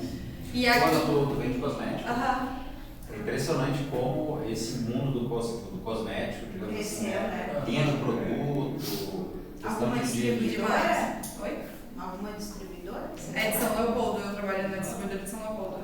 como esse mercado cresceu, né? Impressionante. Não, é impressionante. E aqui em Santa Cruz hoje nós falamos desse negócio de atendimento, porque eu atendo a Hair Face também, eu atendo a linha de especializada de cosmética, Hair Face. E eu fui na Hair Face e há poucos dias eu descobri que o dono da Hair Face e da Reflexo é o mesmo. A Reflexo embaixo do hospital ali. E aí eu olhei pra elas hoje e disse, não me contaram, eu não acreditei. Porque eu entrei dentro da Reflexo e eu tive vontade de ir embora. Ah, não, Porque, cara, tem umas 15, eu não sei nem como ele não tem tanto funcionário, porque tem umas 10, 15 funcionários lá dentro parada, a loja fede a mofado, gurias, e daí tu entra, meu, nós não te dão bom dia, nós não te dão boa tarde, daí vem... desorganizado, aquele clima escuro. A guria vem uma pessoa te atender, Eu fui 2 vezes só.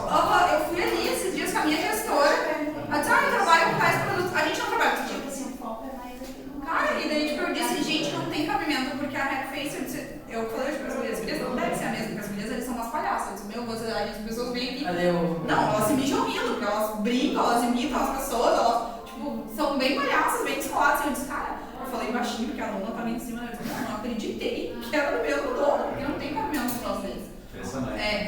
Eu disse, como é que ele não faliu ainda? Porque as pessoas nem um sorriso as pessoas dão. Eu particularmente, o que eu valorizo, né? Além de condição de pagamento, preço e tal, eu gosto de chegar num lugar que eu sou bem atendido. Não precisa carregar no colo. Mas a pessoa chegar e perguntar, o que tu precisa hoje? Quem sabe tu pega esse outro produto aqui, a qualidade é parecida, parece um pouquinho menos. Eu gosto desse atendimento. Eu sei que tem gente que não gosta. Que gosta de um alto atendimento. Tem umas que a gente tem vontade de matar. Mas são tem umas que trabalham do lado, né? Eu digo assim, quem é professor, professores, quem trabalha com o público no geral, tinha que trabalhar 3 meses e ficar no mínimo 14 dias em casa. Ou ter um acompanhamento psicológico. Vira vereadora, daí tu implementa essa lei. Não, porque vou te falar, tem cara. Eu tenho uma comadre que diz, eu odeio pessoas. Quando trabalha com o público, com pai e mãe junto. Pior ainda. Com família deve ser complicado. Meu Deus, reza todo dia de noite deitar na cama. Pessoal, vamos fazer um intervalinho, uns 10 minutinhos para tomar um cafezinho. Mas eu- pode ir. Vamos no terceiro lugar? Onde é que tem café? Quando a gente voltar, só fazer uma pincelada rápida. Quando a gente voltar, Tem a gente leite vai pra fazer ver. café. Essa tem café preto? Quando a gente voltar, Só preto. rapidamente, pessoal, só para a gente estabelecer. Ó. Quando a gente voltar, a gente vai ver um pouquinho mais detalhadamente cada fase, tá? Vai ser o nosso segundo. Bota uma vez de sugestão pra fazer pra nós, vamos ver. Aí eu fiquei vergonha. Pode ser a marca de café. Vocês querem café? Tem que levar copo? Foi muito engraçado que na hora que eu perguntou, ela me mandou uma foto. Só confirmar então, é Luana Baile. Isso. E a Aline Jacques. Aline Jacques.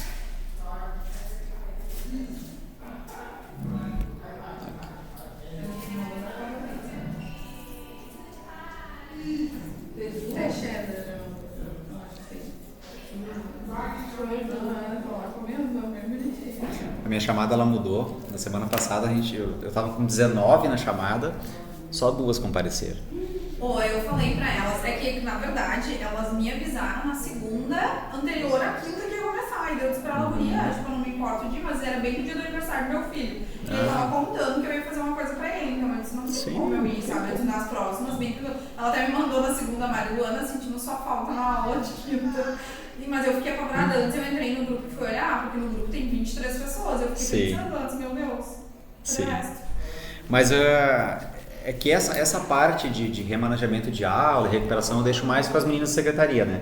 O que eu falei para elas? Se precisar recuperar a aula, estou à disposição, né? Bem tranquilo. Eu gosto de dar uma pincelada. Eu tô tendo mais uma cadeira na terça também, que era uma cadeira que se não fizesse agora ia ficar só pro ano que vem, eu acho. Tô fazendo mais uma na terça, normalmente eu fazia uma por semana, assim. Uma vez aconteceu de ter 2 porque a professora ia entrar em licença. Eu tava olhando, tu fez uma cadeira pra mim já, então falta uma cadeira pra mim contigo. É que ela acho que fez EAD, né? Tá, mas aí eu também vou ter que ter essa daí, não? Porque a gente comparou um todas as aulas iguais, só as primeiras acho que não, né? A minha primeira acho que tu não tinha feito e eu não fiz essa com ele.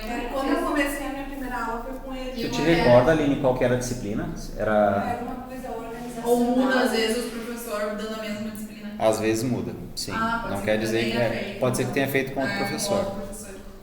Deixa eu ver se eu localizo aqui, Aline. Alguma coisa organizacional, se não me engano. Não esqueci. Deixa eu perguntar uma coisa. No dia da prova, esses resumos ali, a gente não pode ter junto. Não. Não pode ter Não. nada junto. Eu tinha começado a implementar um modelinho aqui na escola que era de tu poder fazer um rascunhozinho. Mas não foi muito aceito, assim, digamos que a secretaria pediu para não fazer porque a gente tem outros formatos, a gente faz uma revisão antes, né? Mas é problema de escrever ou marca som? Eu costumo A fazer, maioria faz marcado. na primeira prova eu gosto de fazer 2 dissertativas e 8 de múltipla escolha. Normalmente é assim. Não, acho que pode usar, tá limpinho. Eu gosto de fazer duas dissertativas e 8 de múltipla escolha. Normalmente eu faço assim, tá? Mas é uma disciplina bem legal essa de fundamentos. Será que não foi comportamento organizacional? Isso. Foi, né? Eu não lembro de eu ter tido essa matéria ainda. Mas não colocou que tinha essa matéria, né? Ela me mandou mesmo, isso que falta. Deixa eu ver. Aline, foi em 2021. De junho a agosto de 21. Achei na minha chamada aqui. Nossa, 2021. Porque ela é uma disciplina que faz muito tempo que eu não dou ela. Aí tu falou em organizacional, eu disse, só pode ser comportamento organizacional. Eu tava desempregada ainda. Fui buscar na minha chamada e te Mas achei. eu também, eu comecei a fazer o curso um mês depois acho que eu consegui um emprego. Porque tava bem difícil de conseguir, daí tu ia lá. Requisito estar cursando técnica de administração, ter conhecimento em administração. Então, você quer saber, eu vou entrar em alguma coisa porque eu me arrependo às vezes de não ter feito contabilidade, é uma coisa que eu gosto também. Por mais que eu leve jeito, todo mundo fala que eu nasci pra vender porque eu não fico quieta. Mas eu gosto dessa parte também. Nunca trabalhei assim, tipo, fechada, só colocada nessa área, mas já tive vontade. Tanto que eu já pensei em depois terminar fazer RH e contabilidade, são duas coisas que me chamam a atenção. RH é fantástico. RH é fantástico. Eu acho legal. No início do curso eu pensei ainda em trocar para RH. Eu cheguei a conversar com as gurias, porque eu já tinha feito algumas cadeiras, ver se eu conseguia reaproveitar elas em RH.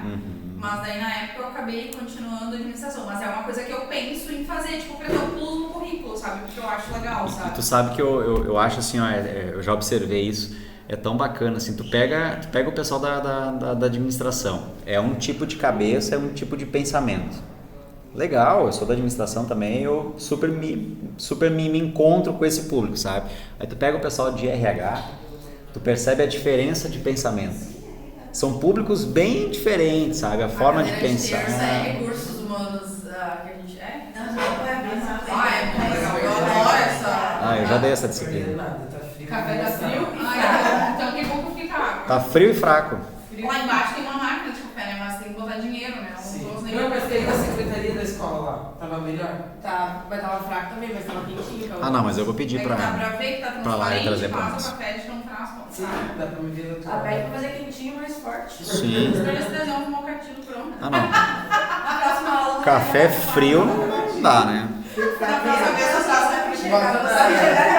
Bota no link de Eu avaliação. falei antes, eu devia ter trazido um chimarrão, eu tô louca pra um chimarrão, eu tava aqui antes pensando como Eu pensei em trazer, mas eu vou meio longe, né? Eu ia estar tomando essas horas em casa. Na próxima quinta eu vou trazer, eu moro mais perto. Trazer uma térmica grande e um chimarrão, aí a gente pede água quente só, depois vai eu como. Tem a jarra elétrica lá embaixo. Já mandei pra secretaria, tá? Ó. Nossa, ia reclamar, Mas a Lari tá com aquela gripe, a H1N1 não tá nem vindo. Não, influenza. Mas ela não é mesmo. Não, H1N1. Não, mas Mas quem é que tava ali embaixo agora? A Larissa? A Nara e a Larissa. Eu não sei quem foi, não foi a Marta. Agora eu não sei, porque a gente tomou café aqui em cima. Aham. Antes lá embaixo tava A gente já não é com o Humberto, mas ficou com vergonha. É que eu não tinha salvo, ela me mandou, deixa eu ver. Mais uns minutinhos a gente já começa, pessoal.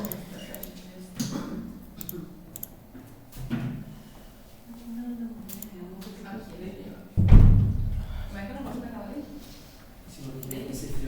Tu tá desde o início então aí, Adriane? Eu ainda tenho português. Quando abriu a loja, tu já começaste ou não? Não, a loja tem 1 ano e... A loja tem 8 anos, vai fazer 9 e eu vou fazer 7 de loja. É que assim, eu A loja tinha Já vai fazer 9 anos ali a loja? 8 ou pode 9. fazer conta, Ela é de 2014. Eles de dão 2015 ela. Esse ano ela faz 8. Tipo um tema, sabe? Dentro desse tema. E eu faço 7 de loja. Tu A loja tem 1 ano e pouquinho. Um belo tempo, né? Desenvolveu TCC em cima disso. É que a minha professora... A loja ou eu dentro da loja? Não, a loja, as duas coisas. Porque é um produto que vamos supor que você praticamente se vende sozinho, né? Pela qualidade, é uma franquia. Então, assim, tem todas as mídias, né? Tu pega aquelas pessoas que são os artistas, tudo isso envolve. Olha, ela sempre potencial. O de Santa Cruzense tem um capital forte. Eu não sabia. Eu fiquei sabendo depois que eu voltei. Faz 7 anos, 6 anos, 7 anos. Quando eu voltei para Santa Cruz, eu estava em BH, eu fiquei 15 anos em BH. Eu adoro BH. Eu amo Belo Horizonte, podia voltar para lá. Agora meu pai faleceu mês passado, em dezembro. Então, o que você compromete? Aí agora não posso deixar minha mãe sozinha, porque adoeceu meu pai. Aí eu disse, eu não ia deixar minha mãe sozinha. E aí eu fiquei aquela coisa, eu sou solteira para ter consciência pesada. E aí agora ele faleceu, mas não pode deixar a mãe sozinha não. Tipo assim, eu adoro BH. Eu fui pra BH na última vez, em dezembro. Fui correr a volta Pampulha. A volta Pampulha. Ali é grande. Adorei ali. Sim, eu tinha um pessoal, a gente trabalhava com café na cor, eu fazia feiras itinerantes lá. E dentro do Mineirinho, que é do lado da Pampulha, a gente tinha um evento que acontece às quintas-feiras e aos domingos. É uma feira de artesanato. Feira hippie? Conheço. Então com esse pessoal eu trabalhava. Eu trabalhei muitos anos com ele. E eu tô aí na loja até. Quando eu voltei, eu comecei a começar a procurar um serviço para entrar no ramo de trabalho, né? Não sabia nem por onde começar. Aí eu fiquei dentro da loja. Só que assim, né? Tu quer sair, tu ir numa loja boa de trabalhar. Eu sempre tenho aquela vontade de mais. E ali, pelo fato de ser uma loja franqueada, vai ser isso daí. E o que me incomoda, o que está me incomodando, eu tenho 7 anos, mas a pessoa que entrou 2 meses é igualada a mim, que tenho 7, tanto financeiramente quanto o resto, entendeu? Então, por isso eu disse, não dá. Então, eu quero procuras de valorização, empresas maiores, que te dão oportunidade de crescimento. Tem que ser, né? Tem que ser, certeza. Mas BH é que Eu adorei BH, adoro BH. Vamos lá, pessoal? Desculpa atrapalhar a conversa com vocês. Por isso que as nossas aulas eram fáceis, era tudo bom. Professor, o senhor orienta para TCC? Como? O senhor orienta para TCC? Olha, só pedir pra secretaria lá. Já vamos deixar o nome dele. Vou deixar o seu nome lá. Se é pra gente não pegar aquela aqui, Júlia, bem pessoas. Minhas caras, vamos retomar mais um pouquinho sobre cada um desses conceitos, de cada fase, até a fase de globalização, porque eu acho que vai nos ajudar a entender um pouquinho mais sobre cada uma delas, tá? E aí, com isso, né, o nosso conteúdo previsto para essa aula de hoje, a princípio seriam essas fases, esses conceitos que nós abordamos até então. E aí na próxima aula a gente já começa a ver a questão mais focada na mão de obra, como que a mão de obra se revolucionou no passar dos anos, tá? Vamos lá, primeira fase, aquela fase artesanal, tá? Período que compreende a antiguidade até a criação da máquina de vapor, James Watt, tá? A sociedade era baseada na agricultura, fabricação de produtos, formato artesanal. Se produzia o que se necessitava produzir. Não se pensava em inovação, não se pensava em novos conceitos, redução de custo, otimização de tempo, nada disso existia naquela época, tá? Se necessitava de uma ferramenta para o campo, se produzia aquela ferramenta para o campo. Se necessitava de uma vestimenta, se produzia aquela vestimenta. Né? Então, os meios de produção eram focados nas necessidades básicas de sobrevivência. Tá? Pequenas oficinas, pouca escala, pouca tecnologia, poucos insumos. Essa é a fase artesanal. Tá? A evolução da humanidade se deu muito lenta. Se nós pararmos para pensar em termos de evolução, o homem ele foi muito parado. Ele parou de evoluir.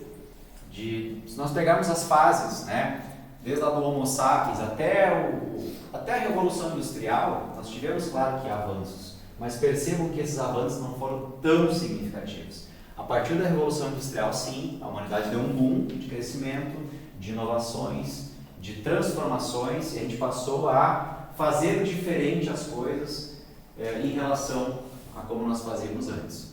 Tá? Então, muito lenta, inovações aconteceriam apenas mais tarde. O que eu preciso que vocês guardem desse período aqui, pessoal? Isso que nós falamos agora. Tá? Produção de acordo com as necessidades básicas. Até a criação da máquina de vapor era isso. Tá? Pouca escala, pouca tecnologia, pouca inovação. Vamos para o segundo período. Segunda fase, como queiram. Tá? Passamos da fase artesanal para aquela fase pré-industrialização, digamos assim, início de industrialização. Tentem imaginar, pessoal, a transição dessa fase. Tá? Começamos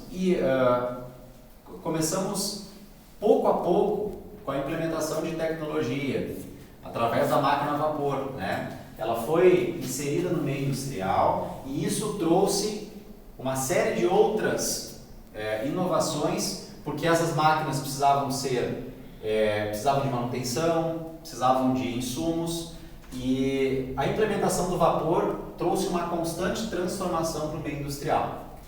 A partir desse processo, né, passamos de pequenas oficinas, pequenas tecelagens, até empresas mais constituídas. Tá? A partir desse período, 1780, 1860, nós passamos então a utilização de matéria-prima básica, que antes eram essencialmente essencialmente insumos minerais, como pedras e alguns minérios.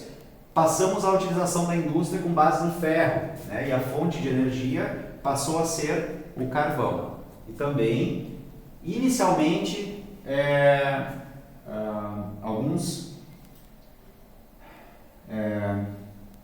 desculpa, pessoal, não. Eu ia falar que aqui começou a implementação do petróleo, mas não é nessa fase aqui, tá? A fase de transição, fonte de energia somente que alimentava a indústria era o carvão, tá? Fase de transição. A partir daí, com o aumento da produção e com a demanda crescente das indústrias, passou a existir uma nova necessidade de você buscar novos mercados.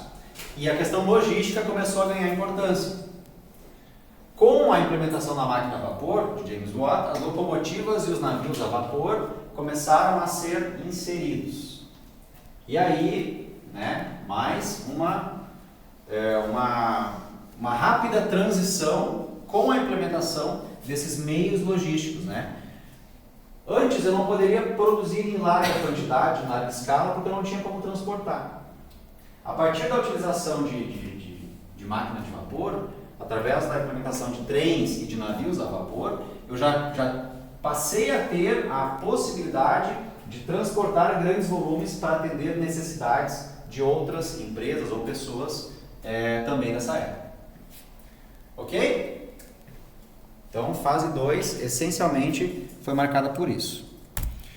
Terceira fase. A partir daqui, aí sim, né, começou a ter um início de um desenvolvimento industrial. E a partir daqui, que eu quase me confundi anteriormente, começou os derivados do petróleo. Tá? Então não vamos confundir. Fase 2, essencialmente ferro, tá? E insumos naturais. A partir da fase 3, começou então a eletricidade e os derivados do petróleo. Vamos lá.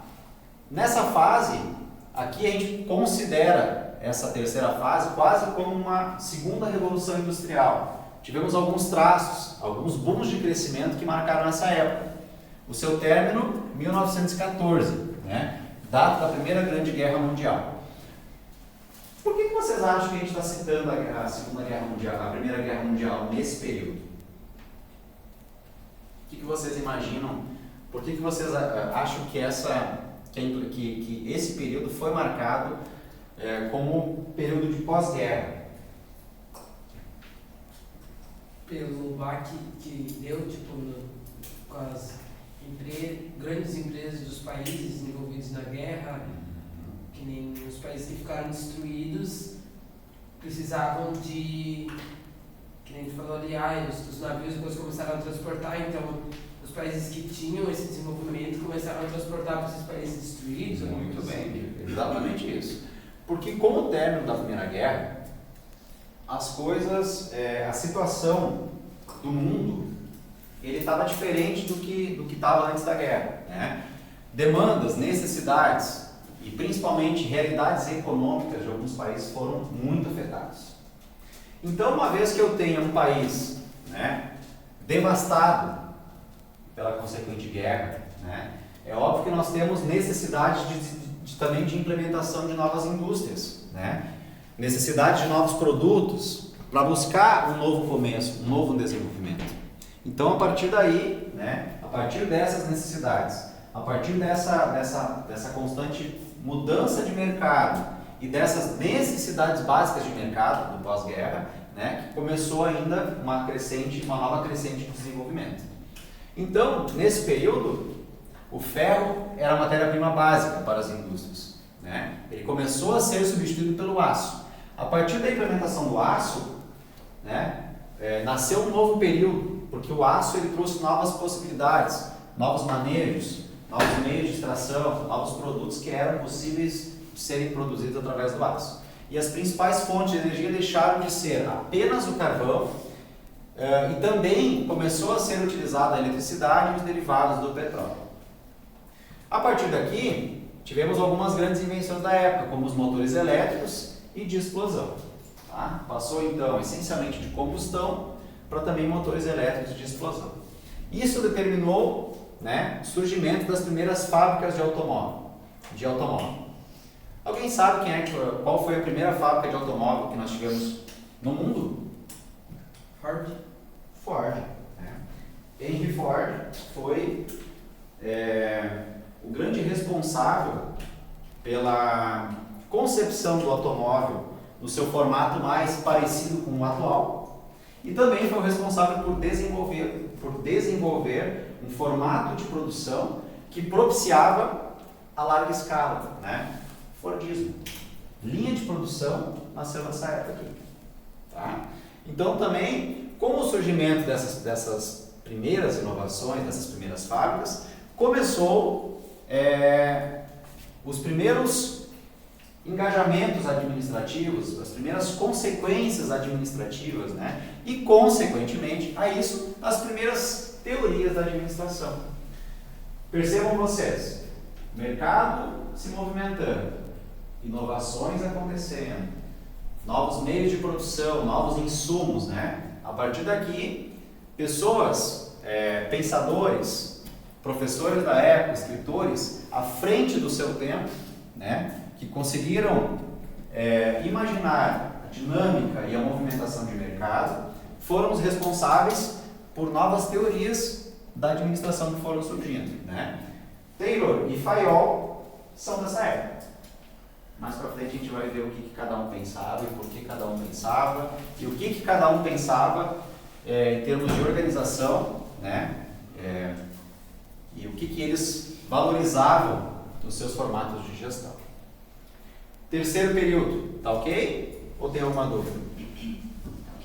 Tá ok. Tá ok? Posso perguntar tudo na prova, então? Agora Vai ser consultorialmente? Não Deve sei, acho que não. Ah, para! Uma folha assim, nos dois ladinhos peitinho. Na outra disciplina foi. Vamos começar mais pra disse frente. que não deixava mais. Nossa, eu pergunto. conversar mais pra Já frente. acordaram. Não me complica, Camila, não me complica. Não dá ideia. Mas a gente tá aqui pra dar ideia, pra trocar conhecimentos, muito bom. Sugestões pertinentes, Camila. Não coisas difíceis de serem implementadas. Não é difícil, pode parar. Pessoal, saindo da terceira fase, que foi uma fase em termos de construção de conhecimento, talvez uma das mais, onde se propagou, né, as inovações desde então, nós entramos então na quarta fase, que esses conceitos administrativos, esse boom industrial, novos formatos surgindo, né, novos produtos surgindo, a economia pulsando, novas cidades se desenvolvendo, resultou no quê, né? Um gigantismo industrial. Então esse período ele está situado entre as duas grandes guerras, tá? Fase em que nós tivemos grandes inovações em termos de humanidade, né? E também grandes inovações em termos industriais, tá? Porque a partir daqui começou a surgir no mundo o potencial gerador o divisor de como a sociedade se organizava para gerar as suas riquezas, criar empregos. Aqui entrou também a percepção de solos férteis, né? de potencial de produção através de mão de obra, tá? Para que essas questões pudessem determinar quais os hábitos de consumo que marcariam esse período. Tá? A gente chama essa quarta fase de gigantismo industrial. Novas percepções, novas divisões de formatos de classes sociais, né? Período que compreende as duas grandes guerras. Na quinta fase, que é o pós-guerra, nós entramos na fase moderna. Tá?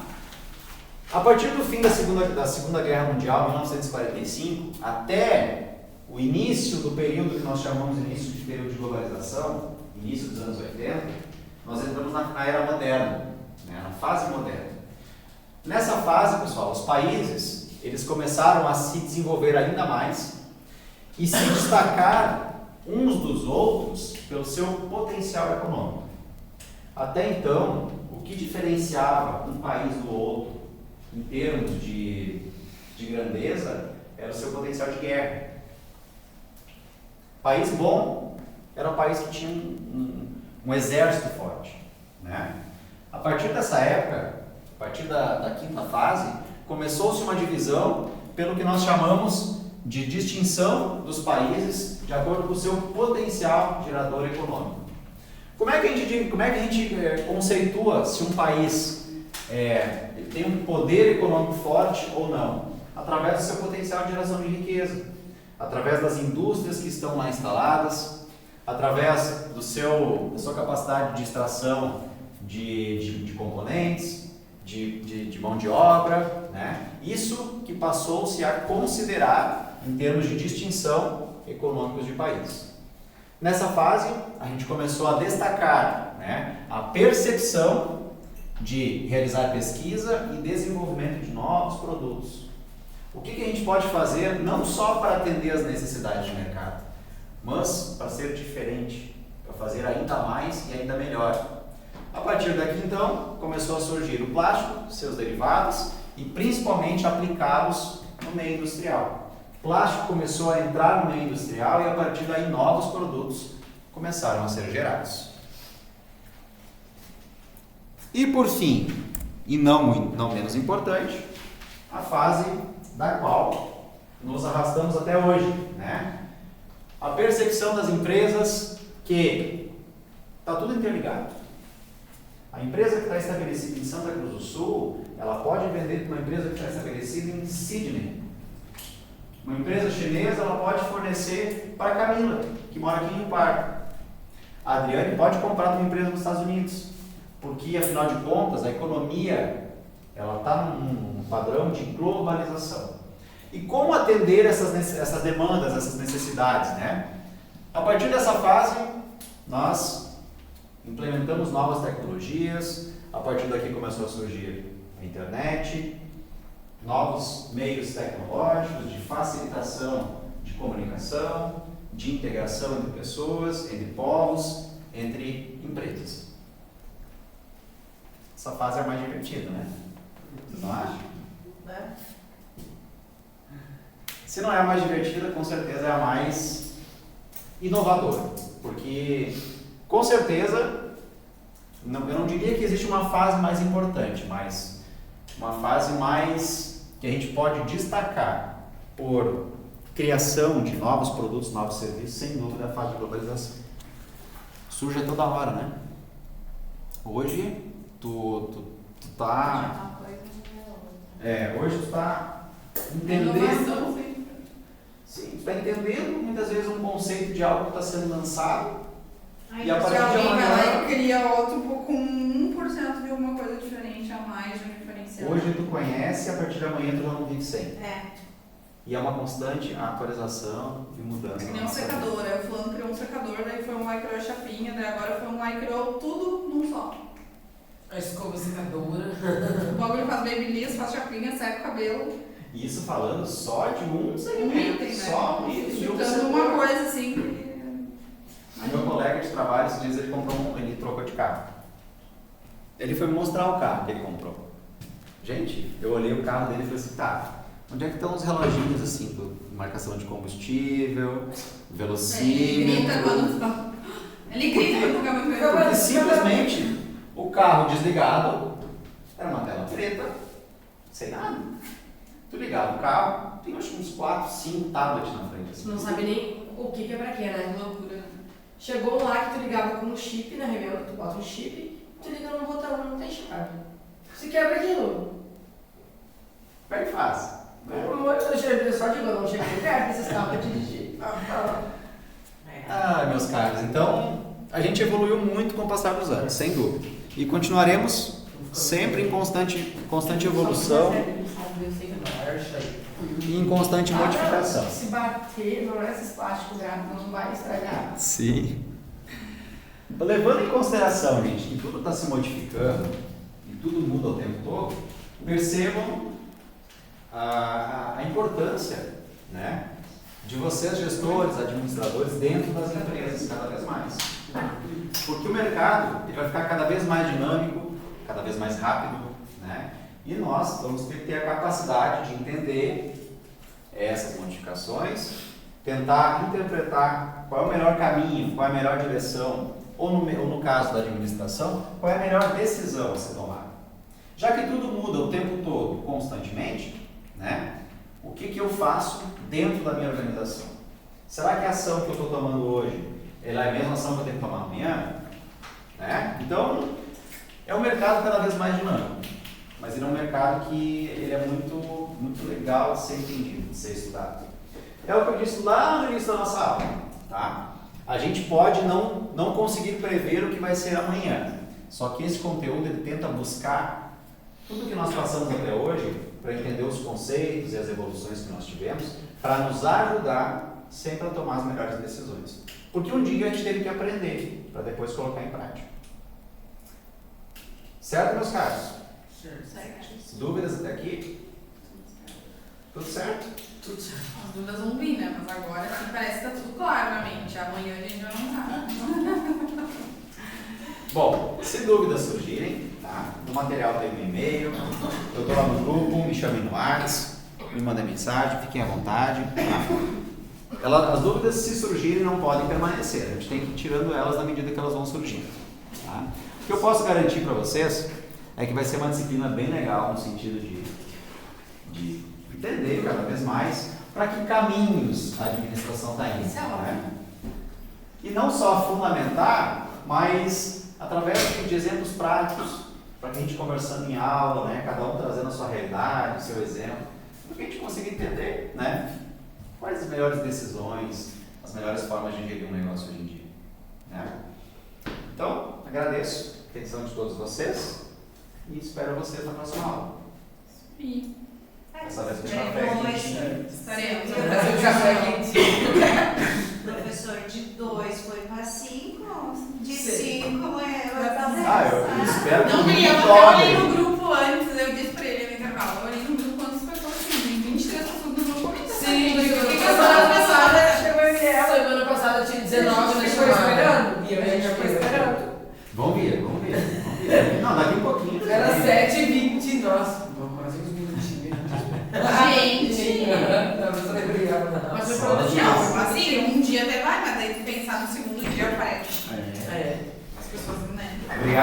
projetinho de semana. Tomou tanto a aula AD, né? Sim. Ainda bem que as aulas com o Humberto foram AD, então.